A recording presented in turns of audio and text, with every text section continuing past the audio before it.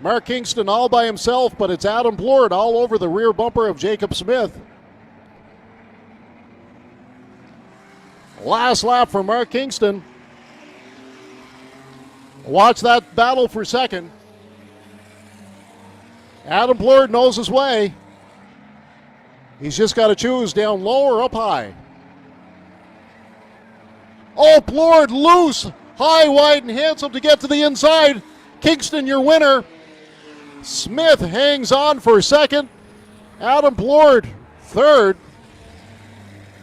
The Vi Construction, Postech, McMillan's Auto Service, Newcastle Ready Mix entry from Derby Junction, Mark Kingston.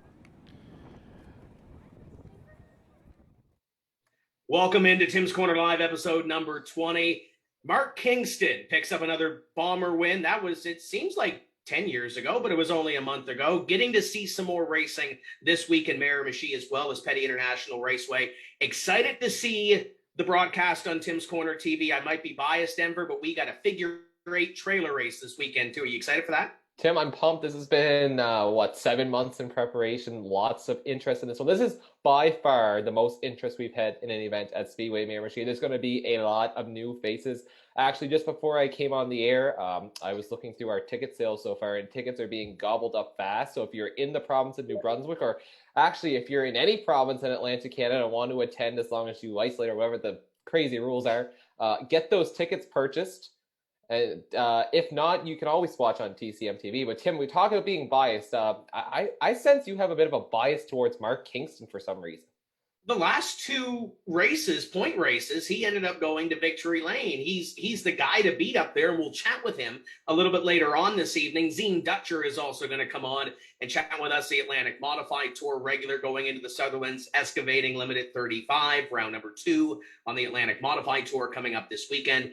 And we'll chat with Kent Vincent in just a moment. But Dylan, 4 days short of you being able to come up and run whatever you can in a trailer race. So I guess we're going to have to prepare for the next one. I know in the back of my mind, I've kind of got August 7th penciled in, given that, nothing gets rescheduled. And I'm sure there's going to be some fluid action when it comes to those events being rescheduled. But yeah, we missed it by 4 days.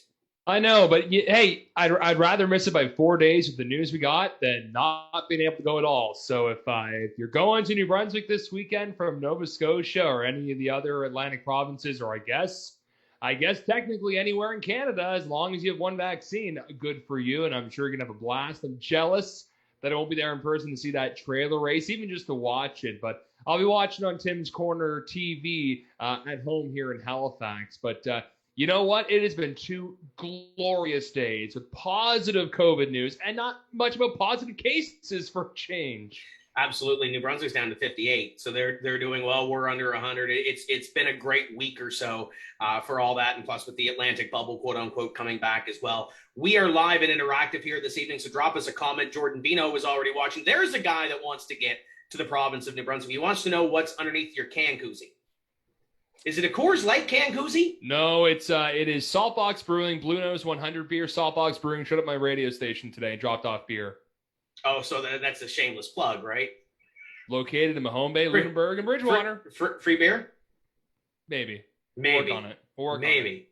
This is going to be a fun show. Drop us a comment. We are live on the Maritime Pro Stock Tour page, I believe on the Atlantic Modified Tour page, as well as Speedway Miramichi, because I know we got a bunch of fans from Miramichi watching for the boys a little bit later on, and as well, of course, Tim's Corner Motorsports. So keep Dylan Langell busy here this evening. It's going to be a fun show. Excited to tell some stories and get ready for this season. And even next week, we get to talk to some more winners and get all that out of the way. But first, let's bring on our first guest. And you want to talk about a guy who knows a thing or two about winning when it comes to racing in Atlantic Canada. He is the driver of the number 8 on the Maritime Pro Stock Tour. We are going to welcome in Kent Vincent here this evening. And Kent, welcome in. How's the winter been?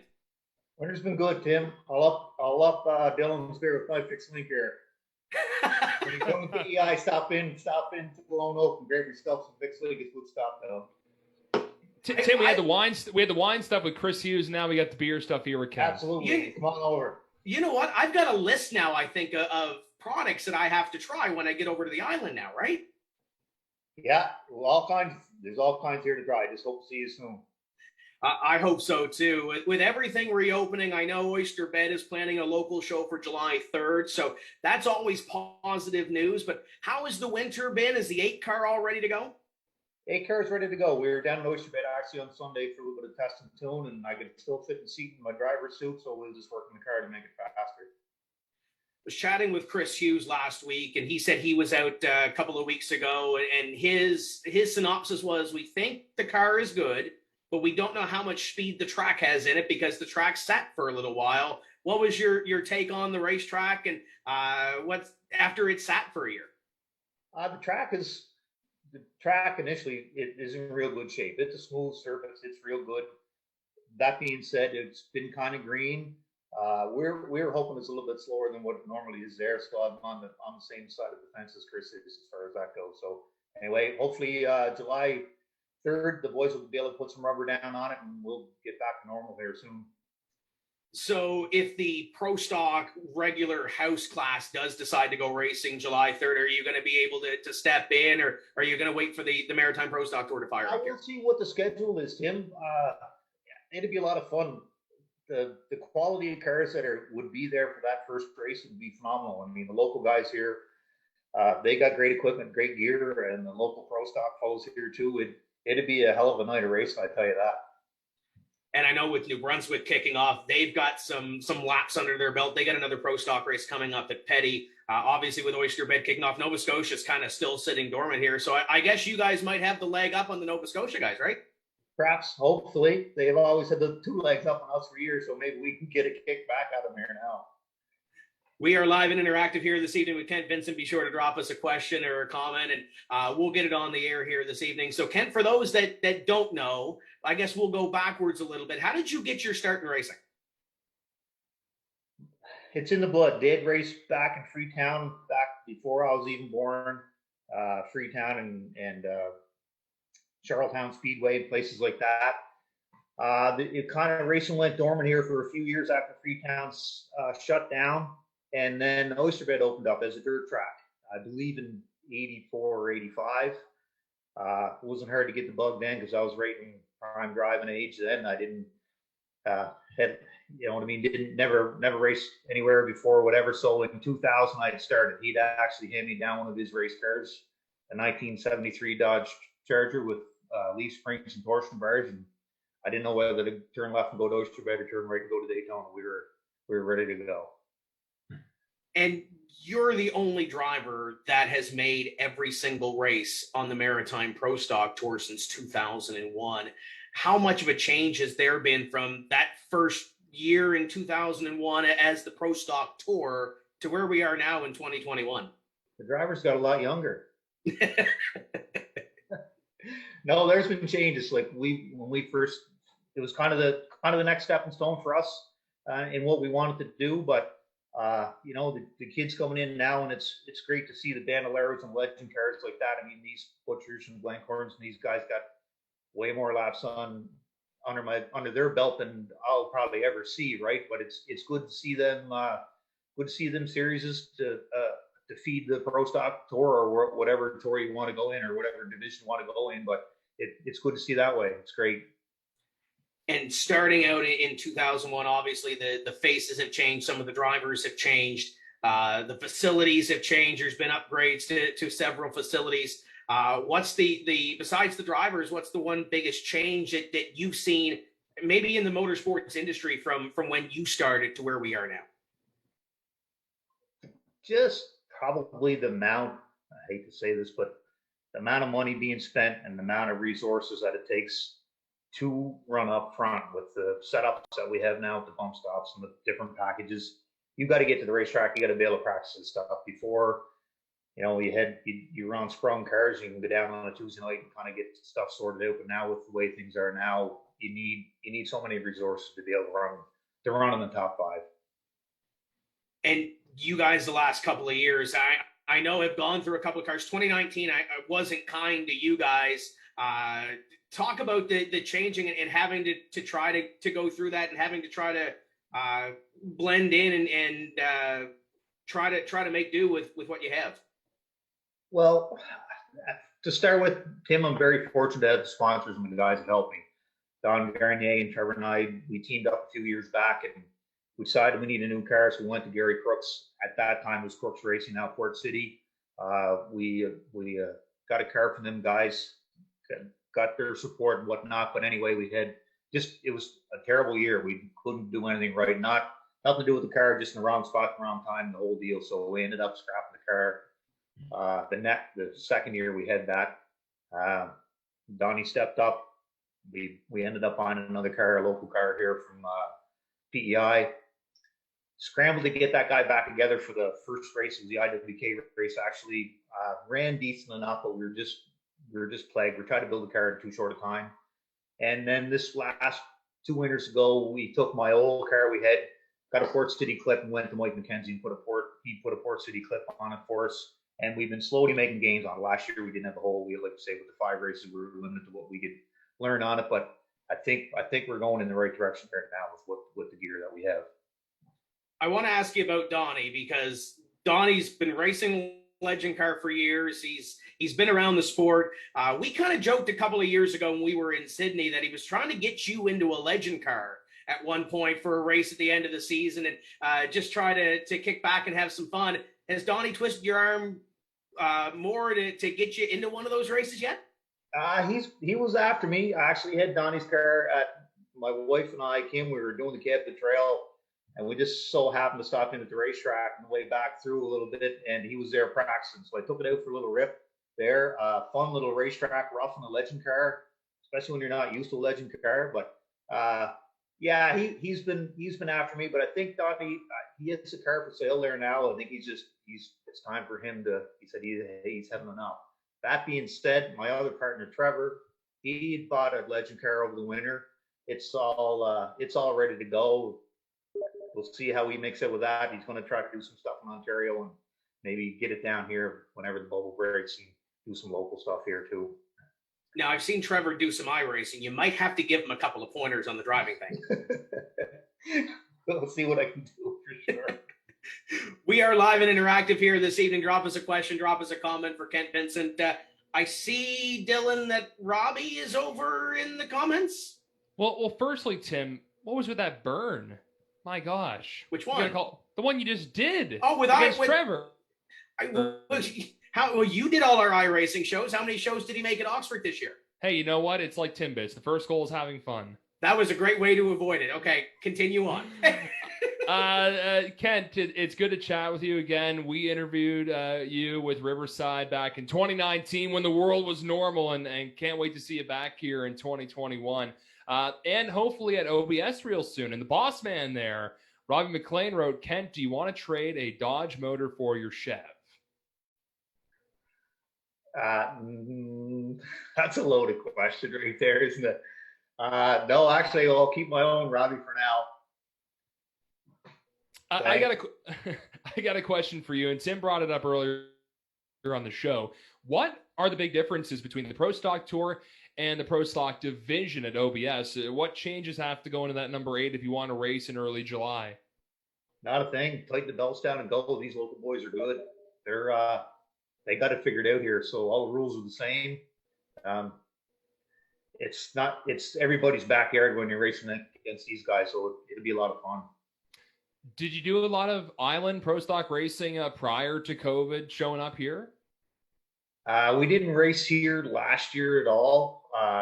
What we did race back before I went to the Pro Stock Tour, there was a modified division there. That's where I started in 1990 and finished off in 99. And then I moved on to the NASCAR Tour then, and then the Pro Stock Tour. The other boss man, Trevor Lamb, is watching. He just wrote, I'm on the 401 eastbound now with a legend car behind me for Kent. Yeah, great. You notice he said for Kent, not for him, right? Yeah. No, that's his deal. He's gonna wheel that guy. We're just gonna, for what you're saying, Tim, maybe lots of duct tape and pop rivets for the first little bit, but we'll keep him on track. It's going to be a good time either way, right? Trevor will have fun. Yeah, we'll have some fun. We'll get him down here, get some laps on the local track down here, and get the thing figured out a little bit for him. hopefully, like I say, hopefully something opens up and we can get going.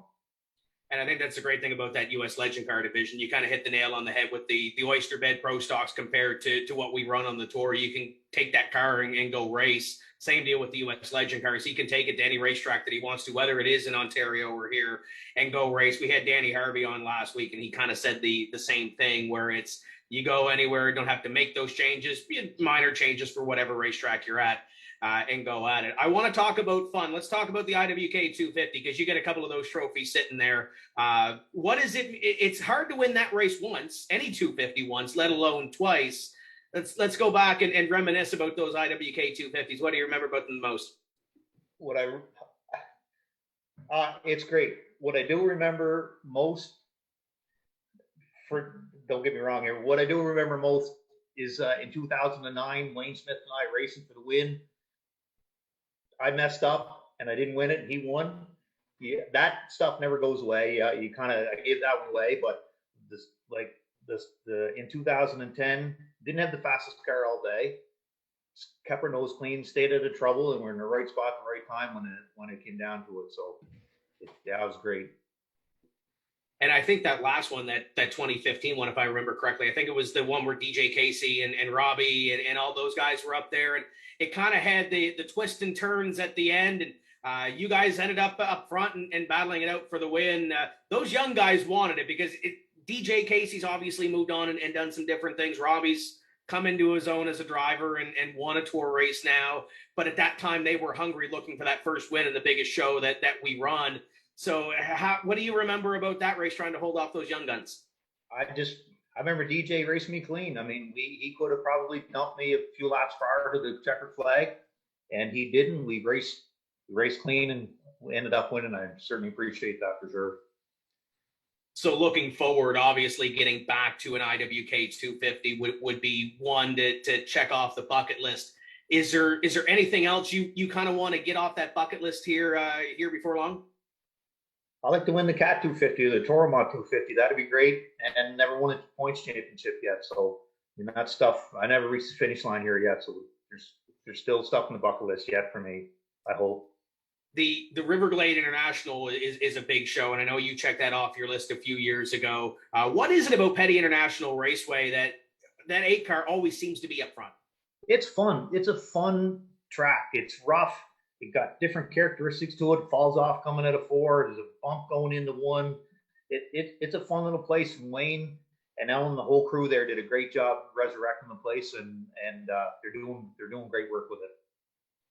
So obviously we don't know what a schedule is going to look like this year. July 10th with New Brunswick opening up almost looks pretty safe at this point, but who really knows what's going to go on. What are you most excited for on the schedule this year? Obviously getting back to normal is one check mark, but what are you looking forward to on the schedule this year? What are you looking forward to hit?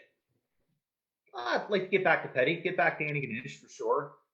2 great places to go to, and seeing the people, seeing guys that you race against that we haven't seen in a year or over, nearly 2 years, whatnot. Get back with the normality of it, and get back with camaraderie with all the guys we race against and fans.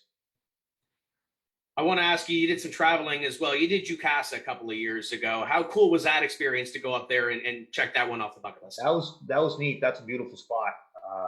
If you're ever up around that area, it's good to go. It's like our Riverside kind of deal. Beautiful facility, fast racetrack. We had a lot of fun there. We cut a tire down earlier on in the race, and we ended up getting in the wall. Didn't do that well, but it was a lot of fun. It's a beautiful spot as well. Now, if I remember correctly, I remember seeing pictures on Facebook that the boys posted of you and another fella from Knoll Road, Harry Ross White, drinking some beer. He was your spotter that weekend or something, was he? He come up, yeah. He wasn't the spotter. He was the backup. He was entertained. Haas is a great guy. He wasn't feeling so well at the time when things were going on, and we were looking we had a couple of vacant seats, so we said, why don't we give Haas a call, come up, and we'll have a few beers and some laughs and learn a little bit about racing and tell some lies and whatnot. We had a good time, yeah. I'm sure if there's anybody that wants to test the sponsor's product that you have, I'm pretty sure Harry Ross White will do it for you. Yeah, he'd be a very great one for that for sure, yeah. We are live and interactive here this evening. Dylan, I see social starting to come alive there. Jordan Vino's there. What's he got? Well, he wrote he cannot wait to hopefully be able to race against a legend like Kent Vincent. Jordan's going to be a rookie here on the Pro Stock Tour. Certainly not a rookie behind the steering wheel. Any tips to the trade for a Sportman champion going up to Pro Stock, Kent? I don't know. I seen him race. They got great gear, and he's a great driver. I'm going to keep all my secrets to myself. Not even like just basic advice, like don't oversteer it, kid, or something, eh?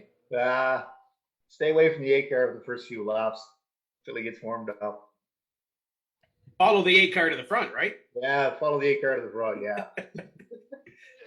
Denver, Go ahead, Denver. He hasn't talked all night. Yeah. He's been quiet over here. What do you got, Denver? By the way, nice shirt. By the way, I don't even have mine on tonight.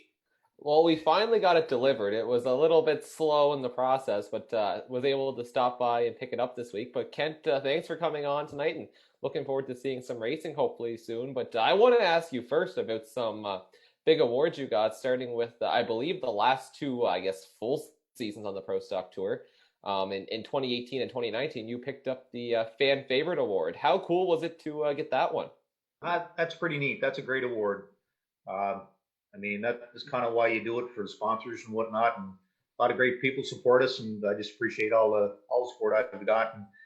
While I'm on that topic, I'd like to thank the crew. I mean, we never missed a race since 2000, basically, since we started this one, NASCAR, and then with the Pro Stock Tour.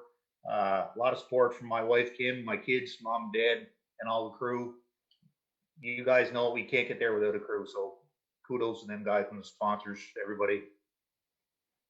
The other big award, and you're also a multi-time winner of this one, is the Most Sportsmanlike Driver Award. And I don't know what it is. You got like close to double digits, isn't it? What does it mean to be considered to be one of the most sportsmanlike? And you certainly deserve it, I might add. No, it means a lot. You got respect from your fellow competitors. I mean, it's a great deal to get. Like it means a lot to me to have their respect and whatnot. And no, I certainly appreciate it. It's a great deal to get.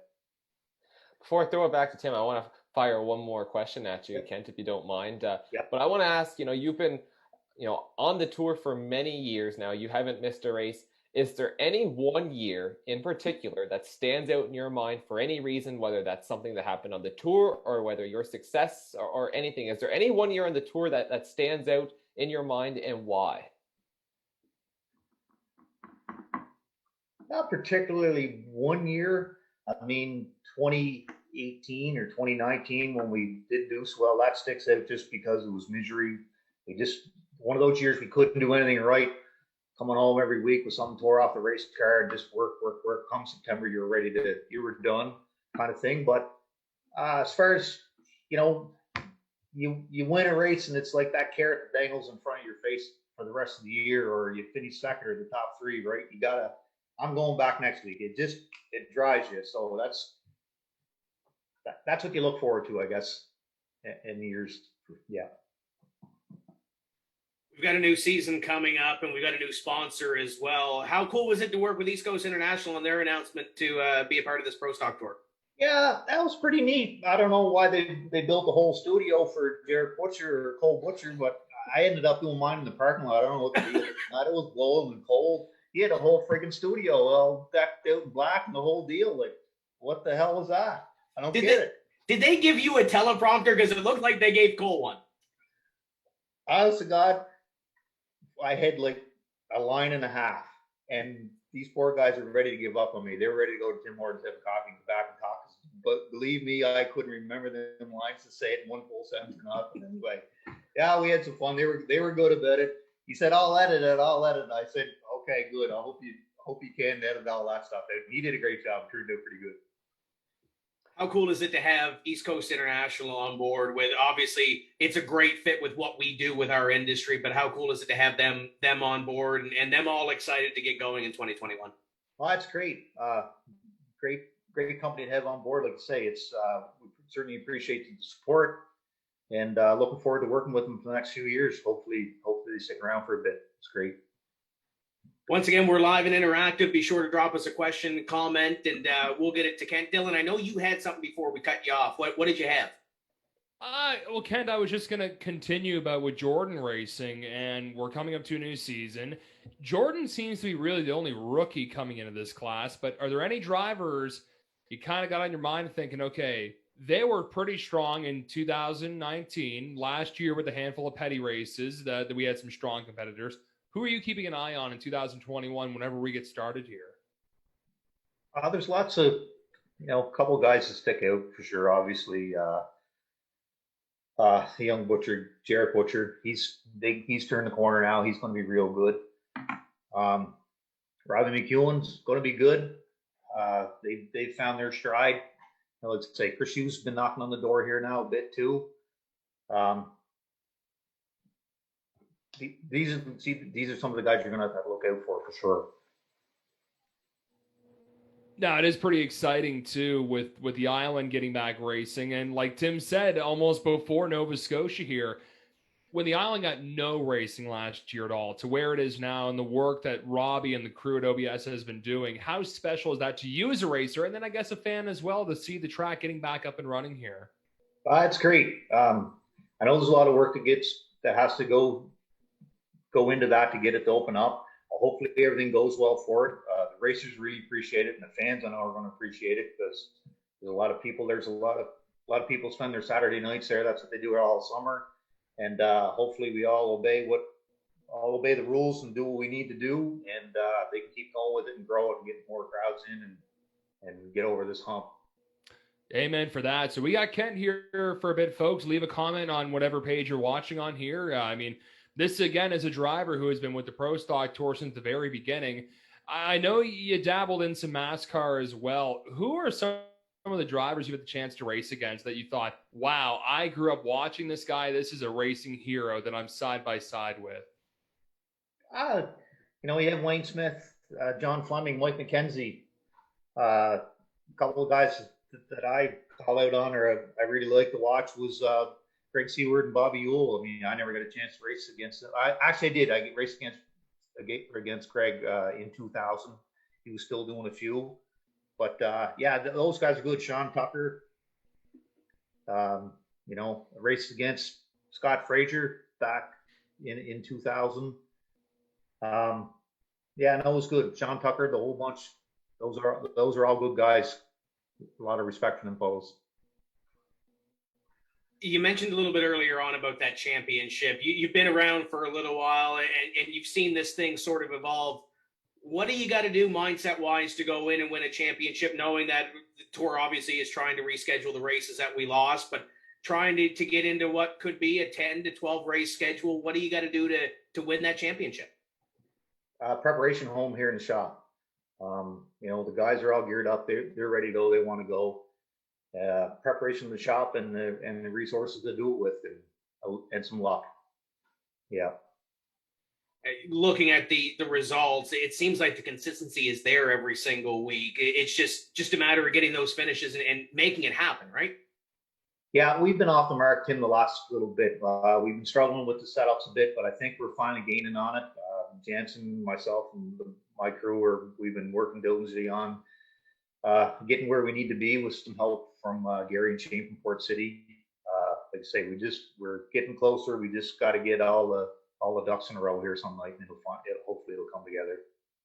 I ran into Donnie one night after those petty races last year, and I asked him about the changes, and he said that the cars that have been coming now just react to the smallest changes. He said there was a couple of changes that were made from practice, and it shot up the speed chart, and then one small little change, and it kind of goes back to the middle of the pack, and vice versa. How hard is it to kind of keep up to those changes with these race cars? Well, if you look at the time charts, the time sheets are so close. So you're looking for thousandths of a second, tenths of a second to keep you up toward the top of the charts. And you make it, you do an adjustment, say, hey, I think this is what the car needs. You go out and it doesn't. So the next thing you'd hope for is you make that change back and you get the car back to where it was, and you move on to a different adjustment. So with all those races that we did have at Petty National Raceway last year, and everybody kind of got on the same playing field. There's one pro stock race this weekend, but it looks like the borders are going to start reopening, and it looks like we're going to start getting back to normal. How big of an advantage was it last year to get those couple of races under your belt in 2020 to prepare for 2021? Good. We got some good notes there from last year.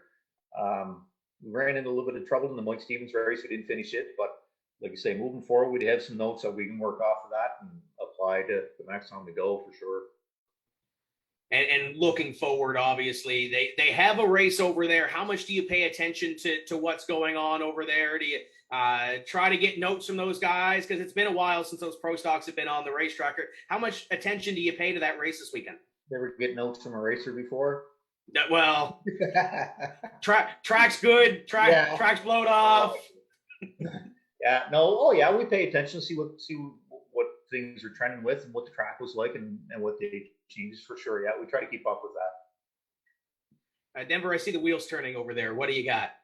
Well, not to interrupt the interview, but Mayor just walked in, Tim. So hopefully we don't see lights flicker here. Oh, okay, yeah. But Kent, I want to ask you another question. Sure.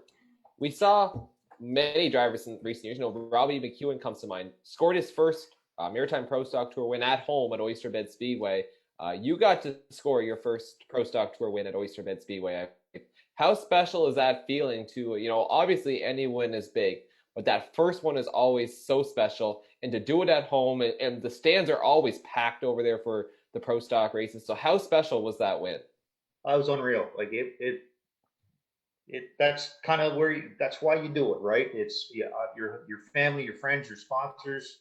I mean, that night, I think we had, at that time, it was Atlantic Turbines. They had the president at that time of Atlantic Turbines out getting sprayed with champagne on the racetrack. I mean, you know, you go back to work and the guy comes down and he's smiling at you. So it's all cool. Like, it's good. And I know Robbie was happy that night. The boys had a great time afterwards. They went hard afterwards. It was good. I can only imagine the party for, you know, a win like that. And you know, hopefully you get back into victory lane here soon. But you know, we've kind of talked. You talked about the you know, wanting that Cat 250 win. Would it ever be on your mind if you got that win to go for all three 250s and try to score that triple crown with the 250 at 660 that only one other person has done so far? Yeah, absolutely. I mean, if the car was working decent enough, I mean, we haven't raced at 660 now for a few years, and we struggled there anyway. But yeah, it'd be something we'd certainly think about for sure. Yeah.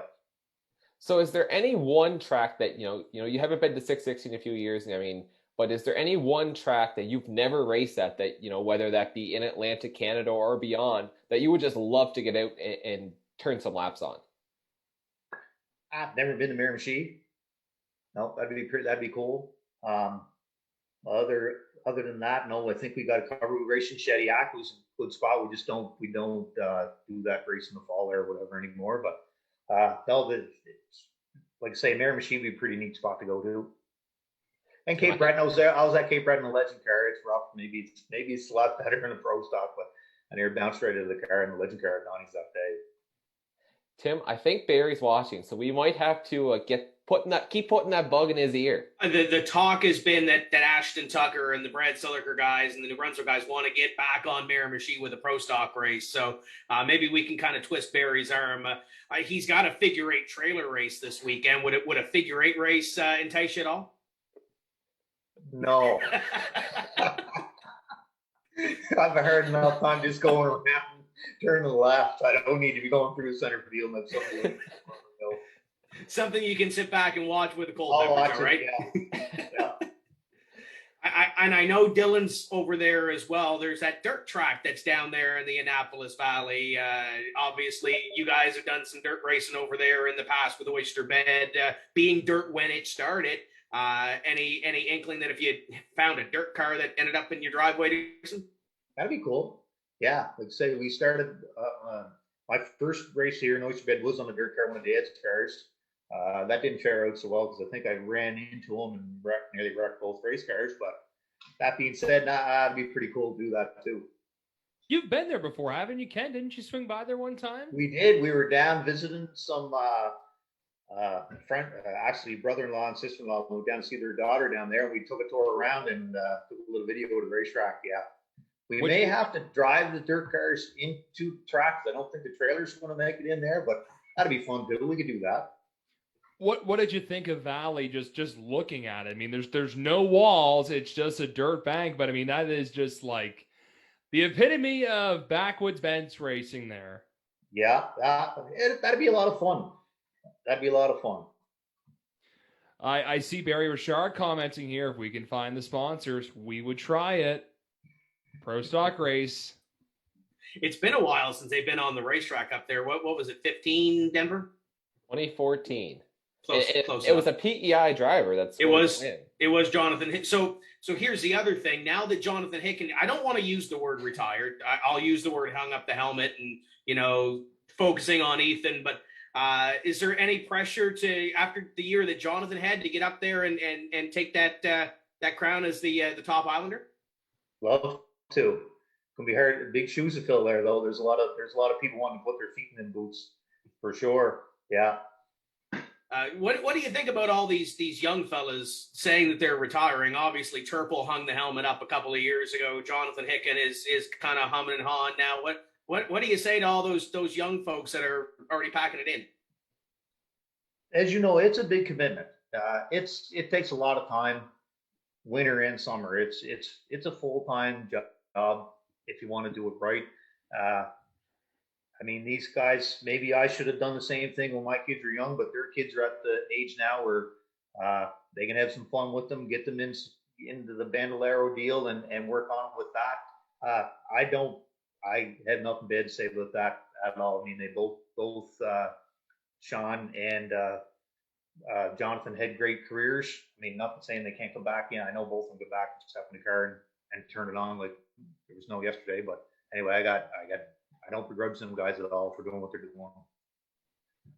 I know we talked to a couple of drivers on this show and kind of looked back and said, hey, if there was a ride that showed up for a race, the big thing at 660 now is that Ricky Bobby street stock race where a lot of the sportsman guys, pro stock guys will hop in for a night and race a street stock. You guys have the Dave Lamb over there, a couple of really big street stock races over at Oyster Bed. Would that entice you at all, or is there any other race around Atlantic Canada that might not necessarily be a pro stock race that said, hey, I probably like to try this at some point? I'd like to try the Oyster Bed one here with the street stocks. There's a great bunch of guys down here, a good competition. That'd be a lot of fun. Drove a street stock here once. It was for Wayne Moore, and he had to step out of the car or whatever one night. Wayne he's a big hunk of man, like 3 of me kind of thing, and I stepped in it and I sat in the thing and strapped the seat belts on, and he said, driver as hard as humanly possible. Don't worry about the rest of it. So anyway, we had a lot of fun that night. I think Darren McKinnon told me at one point that you can, compared to the pro stock, you can read a newspaper going down the back straightaway in a street stock. Yeah, maybe he can. He's better at multitasking than I can. But anyway, yeah, they're a lot of fun though. Once again, we're live and interactive here with Ken Vincent. We'll do last call on social. So drop us a question, drop us a comment. Dylan, I know there's a couple that are starting to roll in there. What do you got? Yeah, well, a fellow Islander, a guy getting ready for a street stock racing season, Taylor Albert is watching. He wrote, Kent, in your opinion, is there a way to decrease the cost of running a pro stock car to help the smaller budget teams be more competitive on a weekly basis? I wish I could answer that. Just come to a rules meeting some night and we'll try to hash the rules out and see what we can get with it. But it's just unless you're going to cost the racers a lot of money right now, we just got to keep status quo. I mean, there's tires, there's what have you, but it's hard to keep the cost down with the resources and whatnot other teams have. That's a $1 million question right there. I can't answer that. I know the big thing right now in Formula One is the cost cap. I mean, and granted, it's Formula One, it's hundreds of millions of dollars, but every team is limited. Even the Ferraris and Mercedes, they're limited to X amount of dollars. Would a cap for pro stock racing help at all, or would it just make it just impossible for anybody?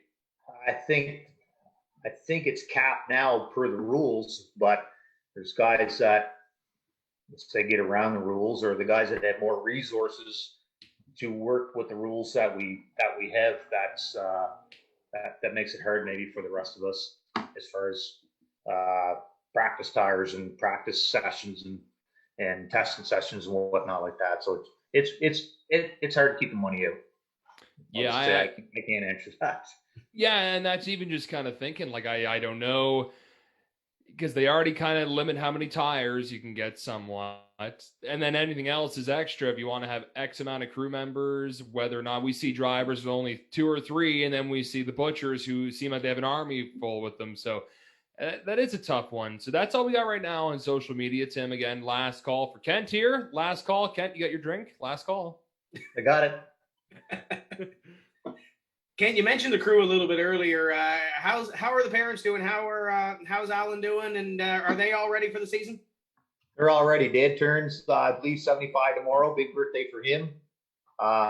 Both they're doing all right and looking forward to getting back to a racetrack somewhere soon for sure. Mom is. Yeah. Get that itch and get everybody back out to the racetrack. You mentioned some of the sponsors. Who's on the race car this year? I'm sure Trevor's there. Got all the list crunched and everything else. Who do you got in the race car? Well, we got some guys. Like I say, we got Donnie Garnier with TireCanada.ca. We have Lone Oak Brewing who's back with us. Ray's Groceries. We have Hide My Can. We have Lamb Concrete. Trevor's new little gig there going on.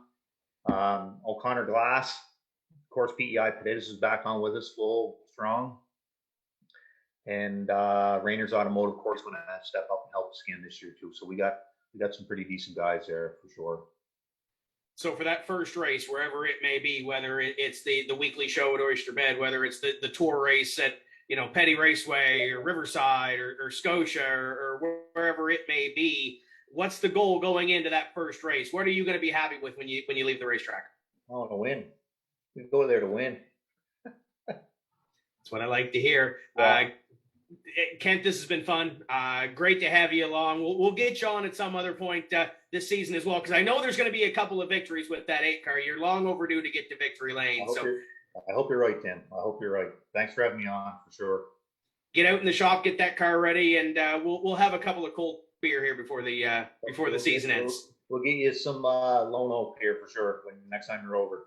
Sounds like a plan. That's Kent Vincent, driver of the number 8. And Denver, we are excited because coming up this weekend, we are going racing at Speedway Miramichi. Let's give us a little synopsis here. What do the fans expect on Saturday when they head to the Sheet? Well, Tim, the fans can expect this is more than just a race. This is more than just a demolition. This is going to be a true experience. You have to experience a demolition at Speedway Miramichi. And this one is more special than potentially any we have seen in recent memory because there's a new, I guess you can call it a preliminary race or a co-headlining act, the inaugural Figure 8 trailer race. We are going to take these crazy drivers and, we call them crazy, but they are talented at what they do. They're going to hook some trailers onto the back of their vehicles, and they are going to, send it through the Figure 8 course, the only paved permanent Figure 8 course in Atlantic Canada. So just tips the iceberg, Tim, because we have Atlantic Modified Tour, so excavating 35. And before we go to the stock car portion of it, though, I want to ask a question, and I'm sure Paul has it going through his mind here when he's looking at the graphics and everything else. Is it a camper trailer? Is it like what kind of trailer goes into this? Is there any teching for the trailer per se? So it's pretty wide open.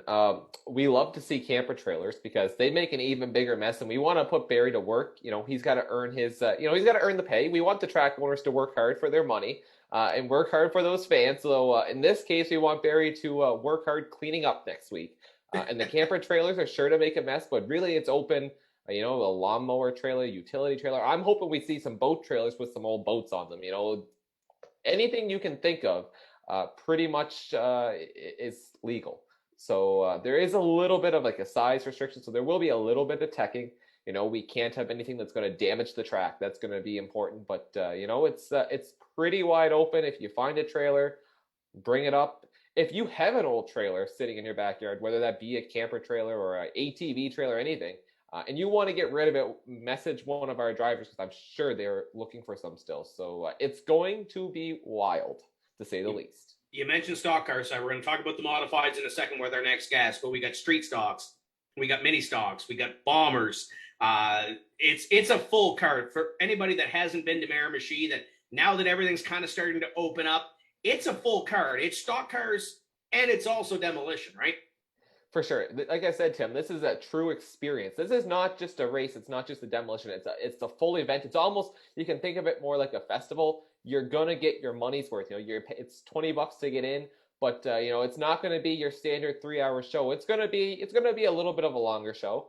But that's what Speedway Miramichi is all about, and that's what makes it so great. Is when you come here, you're getting this full experience. We've always said I don't think there's anywhere else in the world you're going to see a stock car race. You're going to see a demolition derby, an endurance race, a burnout competition, a figure eight race, all of the above and then some, all in one place at one time. So this is going to be one of the most exciting events we probably ever see, and you're going to want to be there. Now, you mentioned the Atlantic Modified Tour. Let's who do we have coming up here? Introduce our next guest. The driver coming up next is the driver of the Flying 55, and we're going to have to ask him where that nickname came from because I believe there's a story behind it. He is a former Riverglade International winner in 2002. He's got a championship at Petty International Raceway. Hell, he's won everything there is to win in sportsman in the late 90s and early 2000s in the province of New Brunswick. Took a little bit of time off, dabbled here and there in some different stuff, but in the last 2 or 3 years, he has returned behind the wheel of a modified. Zean Dutcher is on Tim's Corner Live. Zean, welcome to tonight's show. Thanks, guys. It's nice to be chosen to get on this here show. Can you hear me? Yep, we got you. We're glad to have you along for the ride, and I figured Denver would know your stats better than I would, and probably better than anybody else would. But are you excited to go back to your home racetrack this weekend? Obviously, with Petty opening up and everything starting to open up, now you get to go back to your home racetrack with that Atlantic Modified. How excited are you for Saturday? Yeah, I'm excited. Out of the 3 tracks, our setup seems to be the best at Miramichi. We've been working on it. Last year, we worked on it and weren't as good as we wanted to be, but we stayed consistent and we had a good run the last run there in Miramichi for the season, and you need a little bit of luck, right? So anyways, we had a podium car and we ended up getting a front flat, so we had to drop out and we missed second place by 2 points, but that's racing. It always seems like the end of the season is a scramble, especially with the shortened season that we had last year. It started off on the right foot this year, though, in 2021, really strong in that heat race, and a podium finish to back it up in the feature. Take us back to a couple of weeks ago and take us back to your day at Petty Raceway. Yeah, the car felt good. Like I took it down for a little test there, Miramichi Thursday night, I do believe. The car felt good. There was no mechanical issues or leaks or anything, so that was good. And the car felt good at Petty. And yeah, we had gotten Travis there, but the caution came out. There were 2 laps to go. So, and then Joe and I got together 4 laps into that feature, and it was a real handful. So I was thankful to really get a 3rd place finish. But this is the thing, like that could be the difference come the end of the season for points, right? But there was a lot of bent up stuff when we got it home on the front end, and it was a handful to drive. But anyways, we managed. We had Travis on here last week, and he talked about putting all those extra hours in the shop to get ready for that home race and really get ready for the season that's coming up, because you guys have a very busy stretch starting to form here. But how many hours did you spend in the shop trying to get that thing all ready to go for what will be Saturday? Where do I start? That's pretty, I don't know. I'm kind of, oh, wow. I got 3 cars. So anyways, I've been working pretty much every evening for the past 3 months. We just had Ken Vincent on. It's the hard work in the shop that gets the thing done, right? Yeah. We are Go ahead. Work at night to get anything done. and it's so short with everything going on, and especially with the turnaround. I'll ask you about this before we go to social. We are live and interactive, by the way. Drop us a comment if you have a question for Zean Dutcher. The turnaround time here for this next week, Miramichi Saturday, and then you turn around fairly quickly and go to Speedway 660 the next week. So you had a couple of weeks off, obviously, with the season kind of being delayed. It was kind of slow getting going, but now it's coming, and it's coming in a hurry. What's the mindset for these next couple of weeks? Not only Miramichi on Saturday, but turning it around and heading to Gary the next week.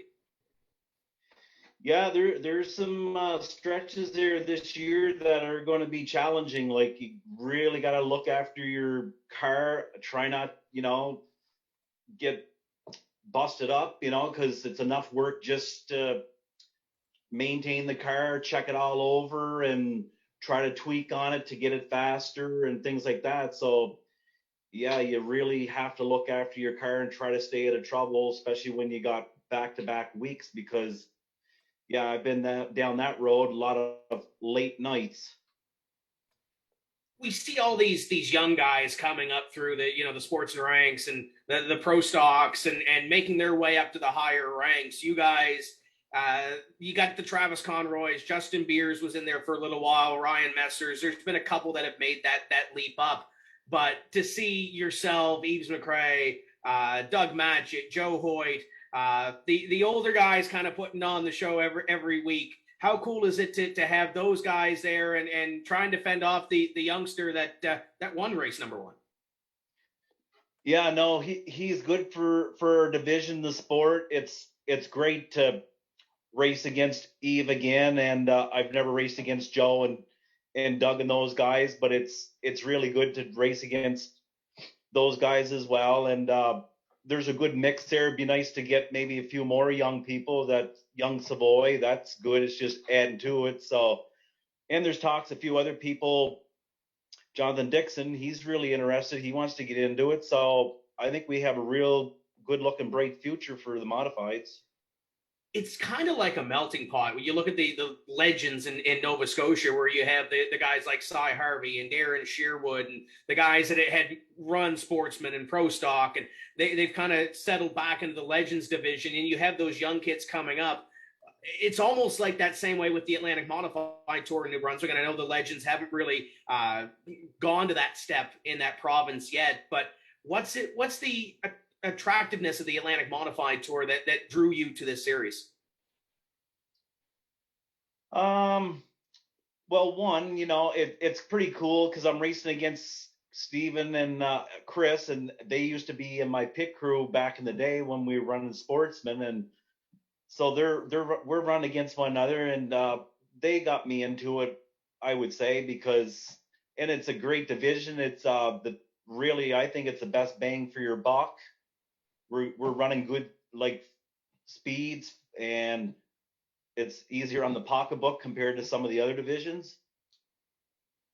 And I like the look of them and stuff. They just have their own unique look. And the 55 car always shows up to the racetrack looking really sharp. We are live and interactive on social. Dylan, I know it's starting to get a little bit lively over there. What do you got? Yeah, for sure. Zane, great to chat with you. Just wondering, Saturday, that trailer figure eight race has no interest for you? Anything, sure. If offered a truck or a car to race in that, would you go in the figure eight trailer race? Sure. Denver, come on, get this lined up. Well, I think Barry's the one that's got to look after that. I'm sure he's all these. Let's talk with the grudge race cars, so I'm sure he can spare one for the trailer race. Maybe. Daniel Teo's watching. He wrote, Zane, I'm coming on Saturday. Are you hopping in the four-cylinder?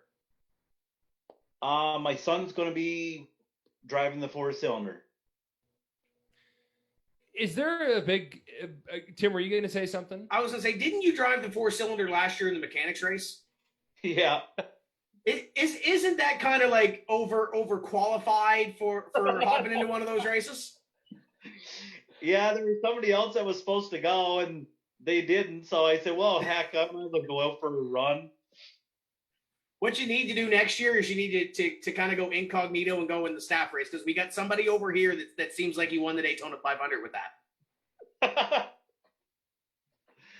Yeah. Bill. There's a couple people there. They're just like, "You were in that car, weren't you?" Yeah. I said, "Well, I had to go drive something." I said, I'd like to drive anything really. I tried a Legends car last year, and I might be racing it this year if they like open up and run. That is a squishy little thing. There's not much room in those. And Wow. it's got a lot of pep too, right? Oh, it's crazy. It's unreal. Third gear there, and you can spin the tires going up the straightaway. Is there any race car, before we go back to social, is there any race car that, besides maybe the Legend car that you said you've tested out, that you haven't drove, that you want to, get in and get a race in? I'd love to try a pro stock. Love to. Never ever got to for some reason, but anyways, hopefully sometime there. And Denver, there is another reason why we need a pro stock race in Miramichi. Dylan, what do you got over there on social? Anything else? Not a ton right now, so he's here for a little bit, folks. Leave a comment. But Chris Wilson did the peace sign. He's watching. Denver, do you know if Chris is racing on Saturday? Since he's technically allowed to come over, he just may have to camp at the racetrack until he can go home to Nova Scotia, right? Oh, Chris is in Miramichi. Well, then there we go. We're good, right? Is there another Chris Wilson we're confused with, though? There might be a Nova Scotia Chris Wilson. I may be a little confused. Is he not from Nova Scotia? He is not from Nova Scotia, but he is allowed to race now since they dropped the trucker restriction, right? correct. That's what it must have been. That's sorry, what it was. There you go. I saw he made posts before, so I'm sorry, Chris. So Chris is going to be racing on Saturday? Well, he's hoping to be racing, is my understanding. He's on the entry list. I saw some pictures of that car, and the guy that we have on here, Mr. Dutcher, was a part of making that car look as good as what it does. So I can't wait to see that on the track, and hopefully this weekend. Yeah, it's looking good there. I was in today to check on him there, and he's come along pretty good with it there. So I think he'll be So let's give a scouting report. Denver kind of mentioned that entry list for the Sutherland's Excavating Limited 35. Obviously, the 55 is going to be a part of that mix at the end of it when the checkered flag comes down. But who else do you have on your radar that you know when you pull into that racetrack you've got to beat on Saturday? Yeah, like Travis and Eve. It's funny, like we finished like 1, 2, and 3 at the end of the season, and we're pretty much carrying on, I guess, with the stats so far. But you never know. Racing, you got to be there at the end, right? And it seems like you three, the last little bit, and looking back even to last year as well, the consistency over those 6 races, going for that championship season long with 12 races, knowing that those 2 came out of the gate strong. Does it change the mindset at all? Looking forward, trying to take that championship away in 2021? A little bit. I just want to be consistent and finish, and not have any DNFs, and I just want to get a little bit more speed out of the car. So I think we're good there. Just got to just keep plugging away at it. There's some late nights, but hopefully overall it'll pay off at the end. We talked a little bit about Petty. We talked about Miramichi. Obviously, Gary is coming up in a couple of weeks as well. I looked back earlier this week to Speed Weekend, and I think the heat race, you guys ran almost 10 laps side by side, almost in a high-speed pace lap. What is it about that racetrack that lends itself to great modified racing? I always liked Gary. You can carry your momentum, and those are momentum cars because of it'd be nice to have a little more power, but anyways, that track, you're turning all the time, so you can keep your speed up, and it's a fast track. I always liked it.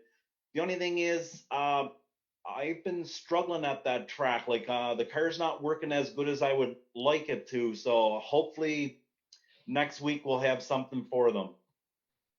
We asked Travis about the doubleheader. You guys kind of did that last year on Speed Weekend, but it was a Friday and a Sunday. You kind of had the repair day in the middle if you needed it.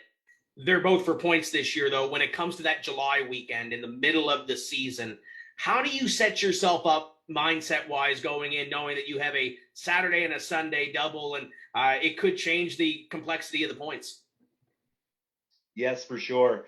So you have to try to have as many parts available, be prepared for the worst.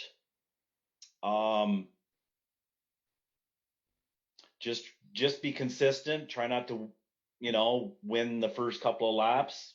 Try to be clean. Just stay out of trouble, and just do the same thing that you always keep doing. Is just try to be there at the end when it's most important, and just try to take care of your car.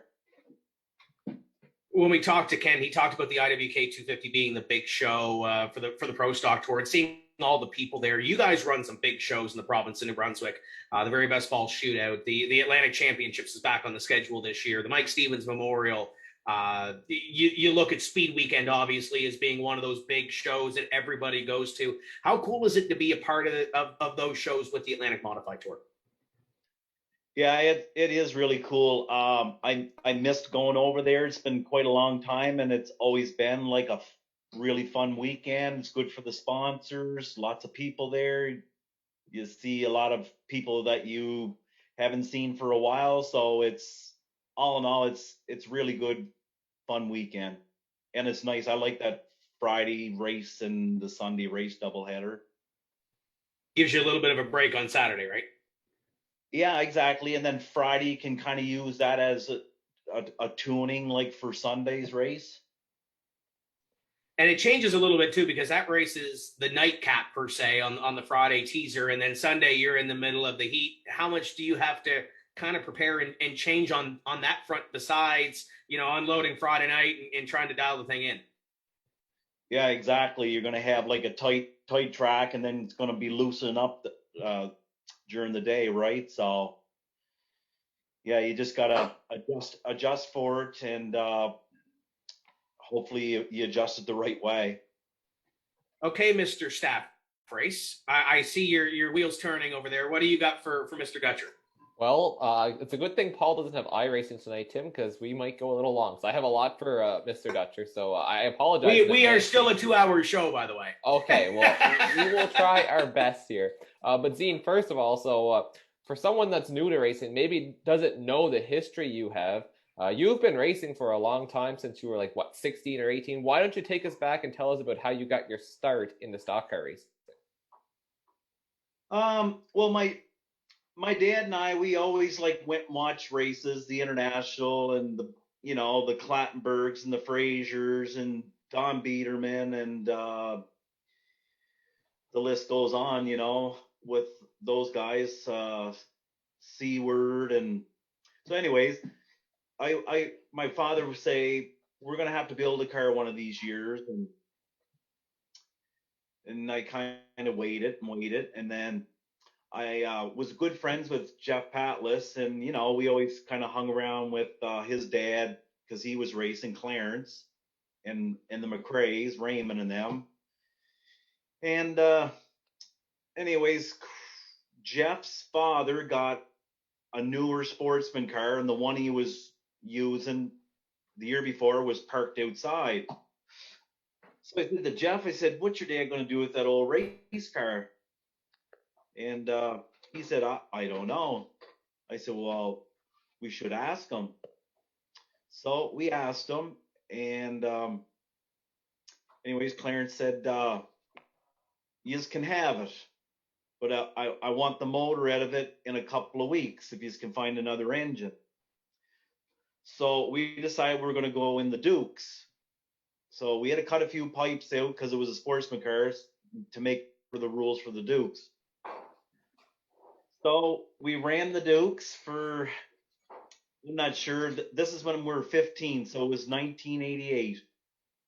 And the reason why, I don't know, the number 55, I kind of liked it, but we picked out this paint scheme that Bill Parsons had back in the day, and it was 55. So we painted up, put the 55 on it, and then about a month or so, there's, I don't know, 6, 7, maybe 8 Dukes, and they decided that they weren't going to have Dukes anymore because there wasn't enough cars. So I was all pumped up. I said, well, the heck with that. I'll go to Sportsman then. So I put the pipes all back in. I went and got some sponsors and bought some 10-inch wheels. That was the first year that they went with 10-inch wheels and jack and bolts. So Raymond helped me and Murray. And so I won one race in my rookie year there in Miramichi. And then the next year, I started racing on Wednesday night at Petty's and racing in Miramichi on Saturday and the odd time in Riverglade on Sunday, three times a week. I don't know how we did, but anyways.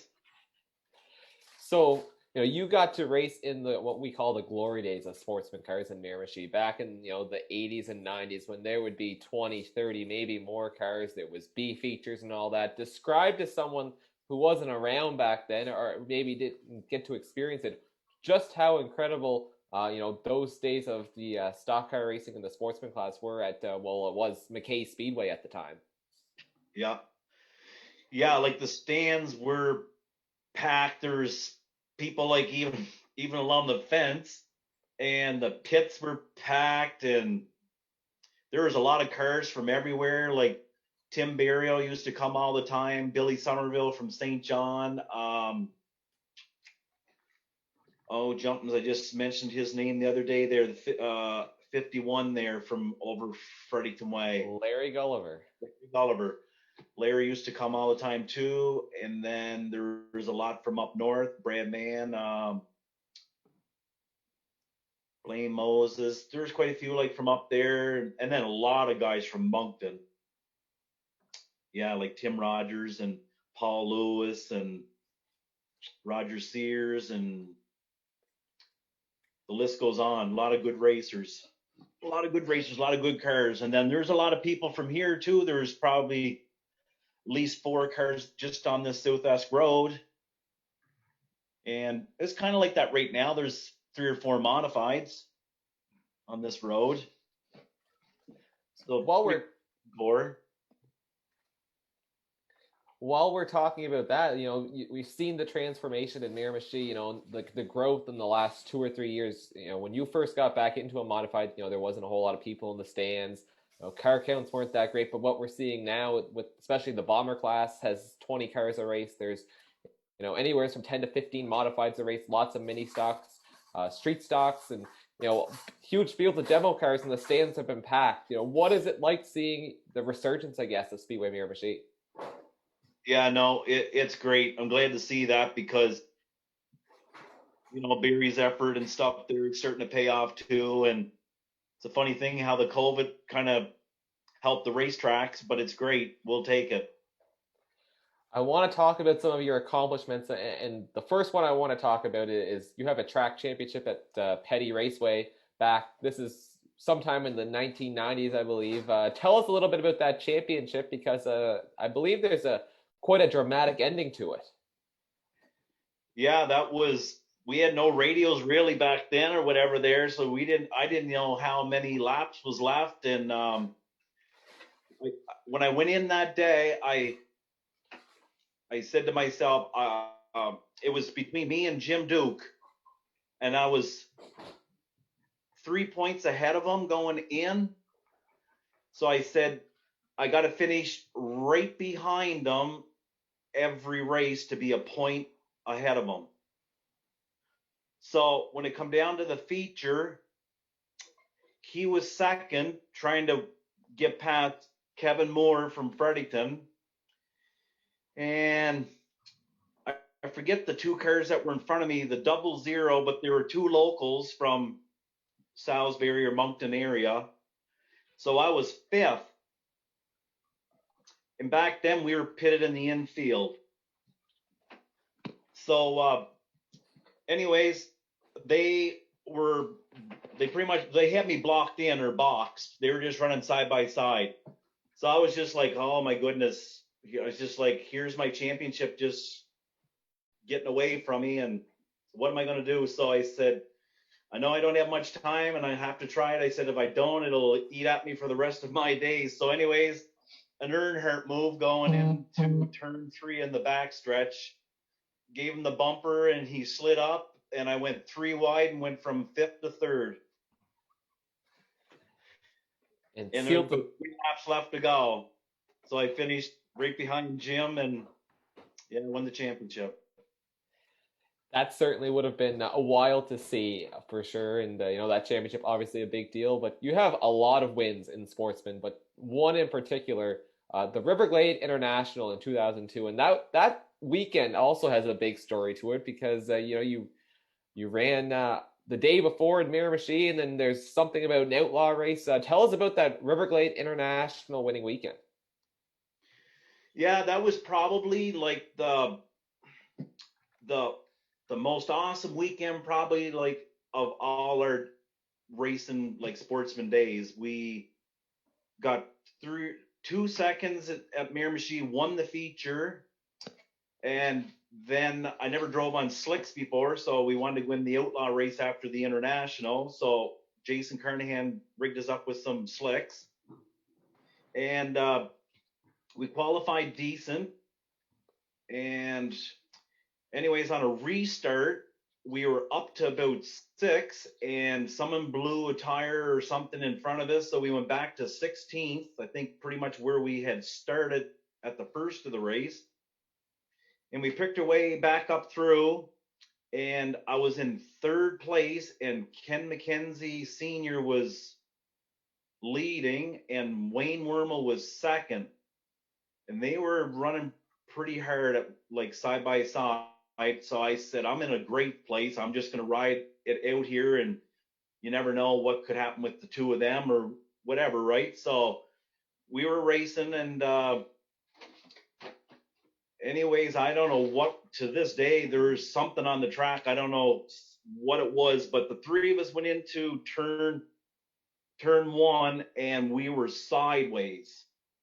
And for whatever reason, my car got grip, and I put it to the floor, and another 3 wide move. I went by the 2 of them and took the lead on the backstretch and completed the lap. And then I come around, and they got together, and Wormel ended up in the wall in turn 1. So there was a red flag caution there for a while.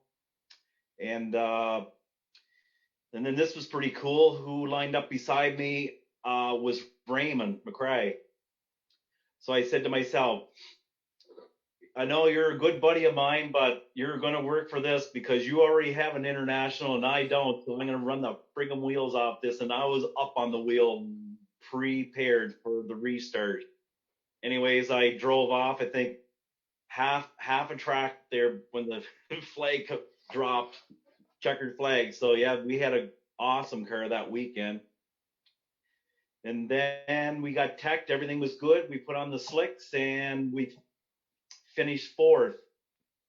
We even passed a couple of pro stocks. So the car was like on rails that weekend. That was certainly that weekend. Hearing the stories from that is some of the best racing stories I've ever heard. And then after your international, when you ran for another year or two, kind of stepped away for a bit, then you come back in the modifieds, and so far you have 1 win in the modifieds, but it was a big one. 50 lapper in Miramichi in 2019, where you outdueled Joe Hoyt. Tell us a little bit about that victory. Yeah, that was the car felt really good there. I had a good set of tires that I kind of put aside. I said I'm going to save those for that 50 lap. I had gotten them from Brad Silliker. They were a good set, like compared to what the rest of them I had. So that probably paid off a little bit, but the car was just really good that night. So it didn't take too long that I think we started 7th or something. So we got her, I think, by 15 laps into it there, I think we took the lead. So we led 35 of them. But I didn't think Joe was as good as he was. I didn't think like he was getting up to me there. And anyways, he gave me a pretty good shot off of 4 there. And so then I really got up on the wheel there and said I got to drive her a bit harder there to stay ahead so I can finish this race hopefully in the lead. So anyways, we ended up winning it, so that was good.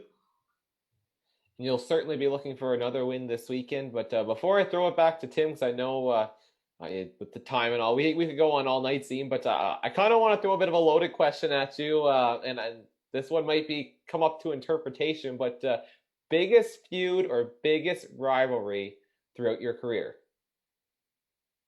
Yeah, me and the Strathatham Streak. Yeah, at the Mirror Machine.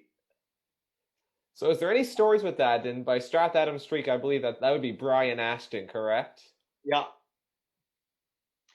Yeah, it was kind of funny there. I was gone away the week before there. I couldn't race, and apparently he wrecked one of the young Rogers from Moncton or whatever there, and I came back the next weekend, and I was on the outside pole of the heat race, and Brian was 3rd, and I think it was that guitar there from up Jacket Riverway was on the pole.